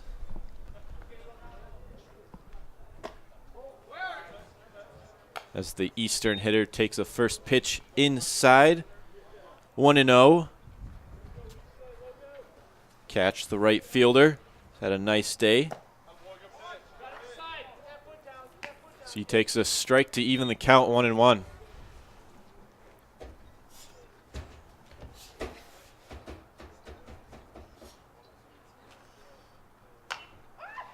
Catch fouls that one almost into the Eastern dugout, but stays in play.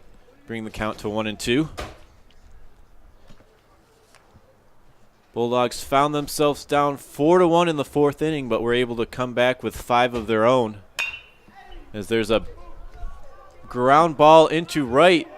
Roshia. What a play! With the they're going to call him safe, but what a play by Roshia getting to that ball. I thought what was a clean single into right, ranging all the way over to his glove side, but the field umpire ruling that catch beat the throw to the bag. And a nice stretch by Gugnacki at the end. I don't know about that one, Cody. Stumbling over my words. I thought that was going to be a clean hit, but Roshia again showing off his range. And the Eagles now have a runner aboard with 1 out. And that brings up the third baseman, Campbell, looking to keep this game alive.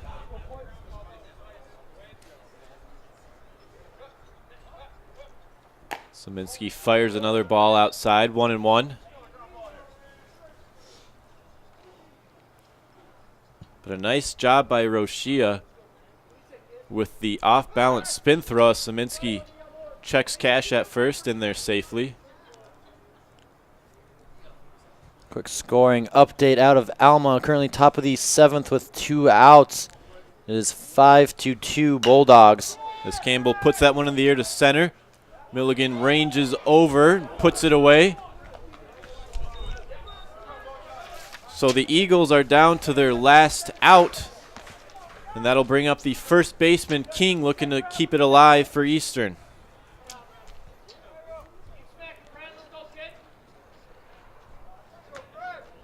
King currently 3 for 3 on the day. 2 singles and a double. Has also scored. So Szymanski's going to have a bit of a challenge to get this last out through him. He throws a ball up and away, 1-0. King puts that one in the air. Looks like it's going to stay on the infield. Ham is going to call it and put it away for out number 3. Szymanski nails down the win, and the Bulldogs take the first game 6-4. And Robbie, what did you see here on this Sunday afternoon? I saw both teams putting good swings on the bat. Scott Szymanski comes up. A big situation, just shuts down that Eastern lineup. I think going into the next game, the Bulldogs just have to take that momentum, keep putting on the good swings. They had a couple errors in that game, kind of shake that off. Just head in with their heads high. Eastern had a couple mental errors on their side, got to regroup, but they also had some great swings on the ball. They just were hitting it right to people, so we'll see if they can kind of couple of gaps in this next one. The Bulldogs the Bulldogs improved to 15-4 in their inaugural season. They now have a 7-game win streak. They will go for the sweep of Eastern here in just a bit. That game again on ACTV. 6-4 is your final here in the game 1 of the doubleheader. I'm Cody Alexander along with Robbie Alexander. We'll see you shortly for game 2 here on ACTV.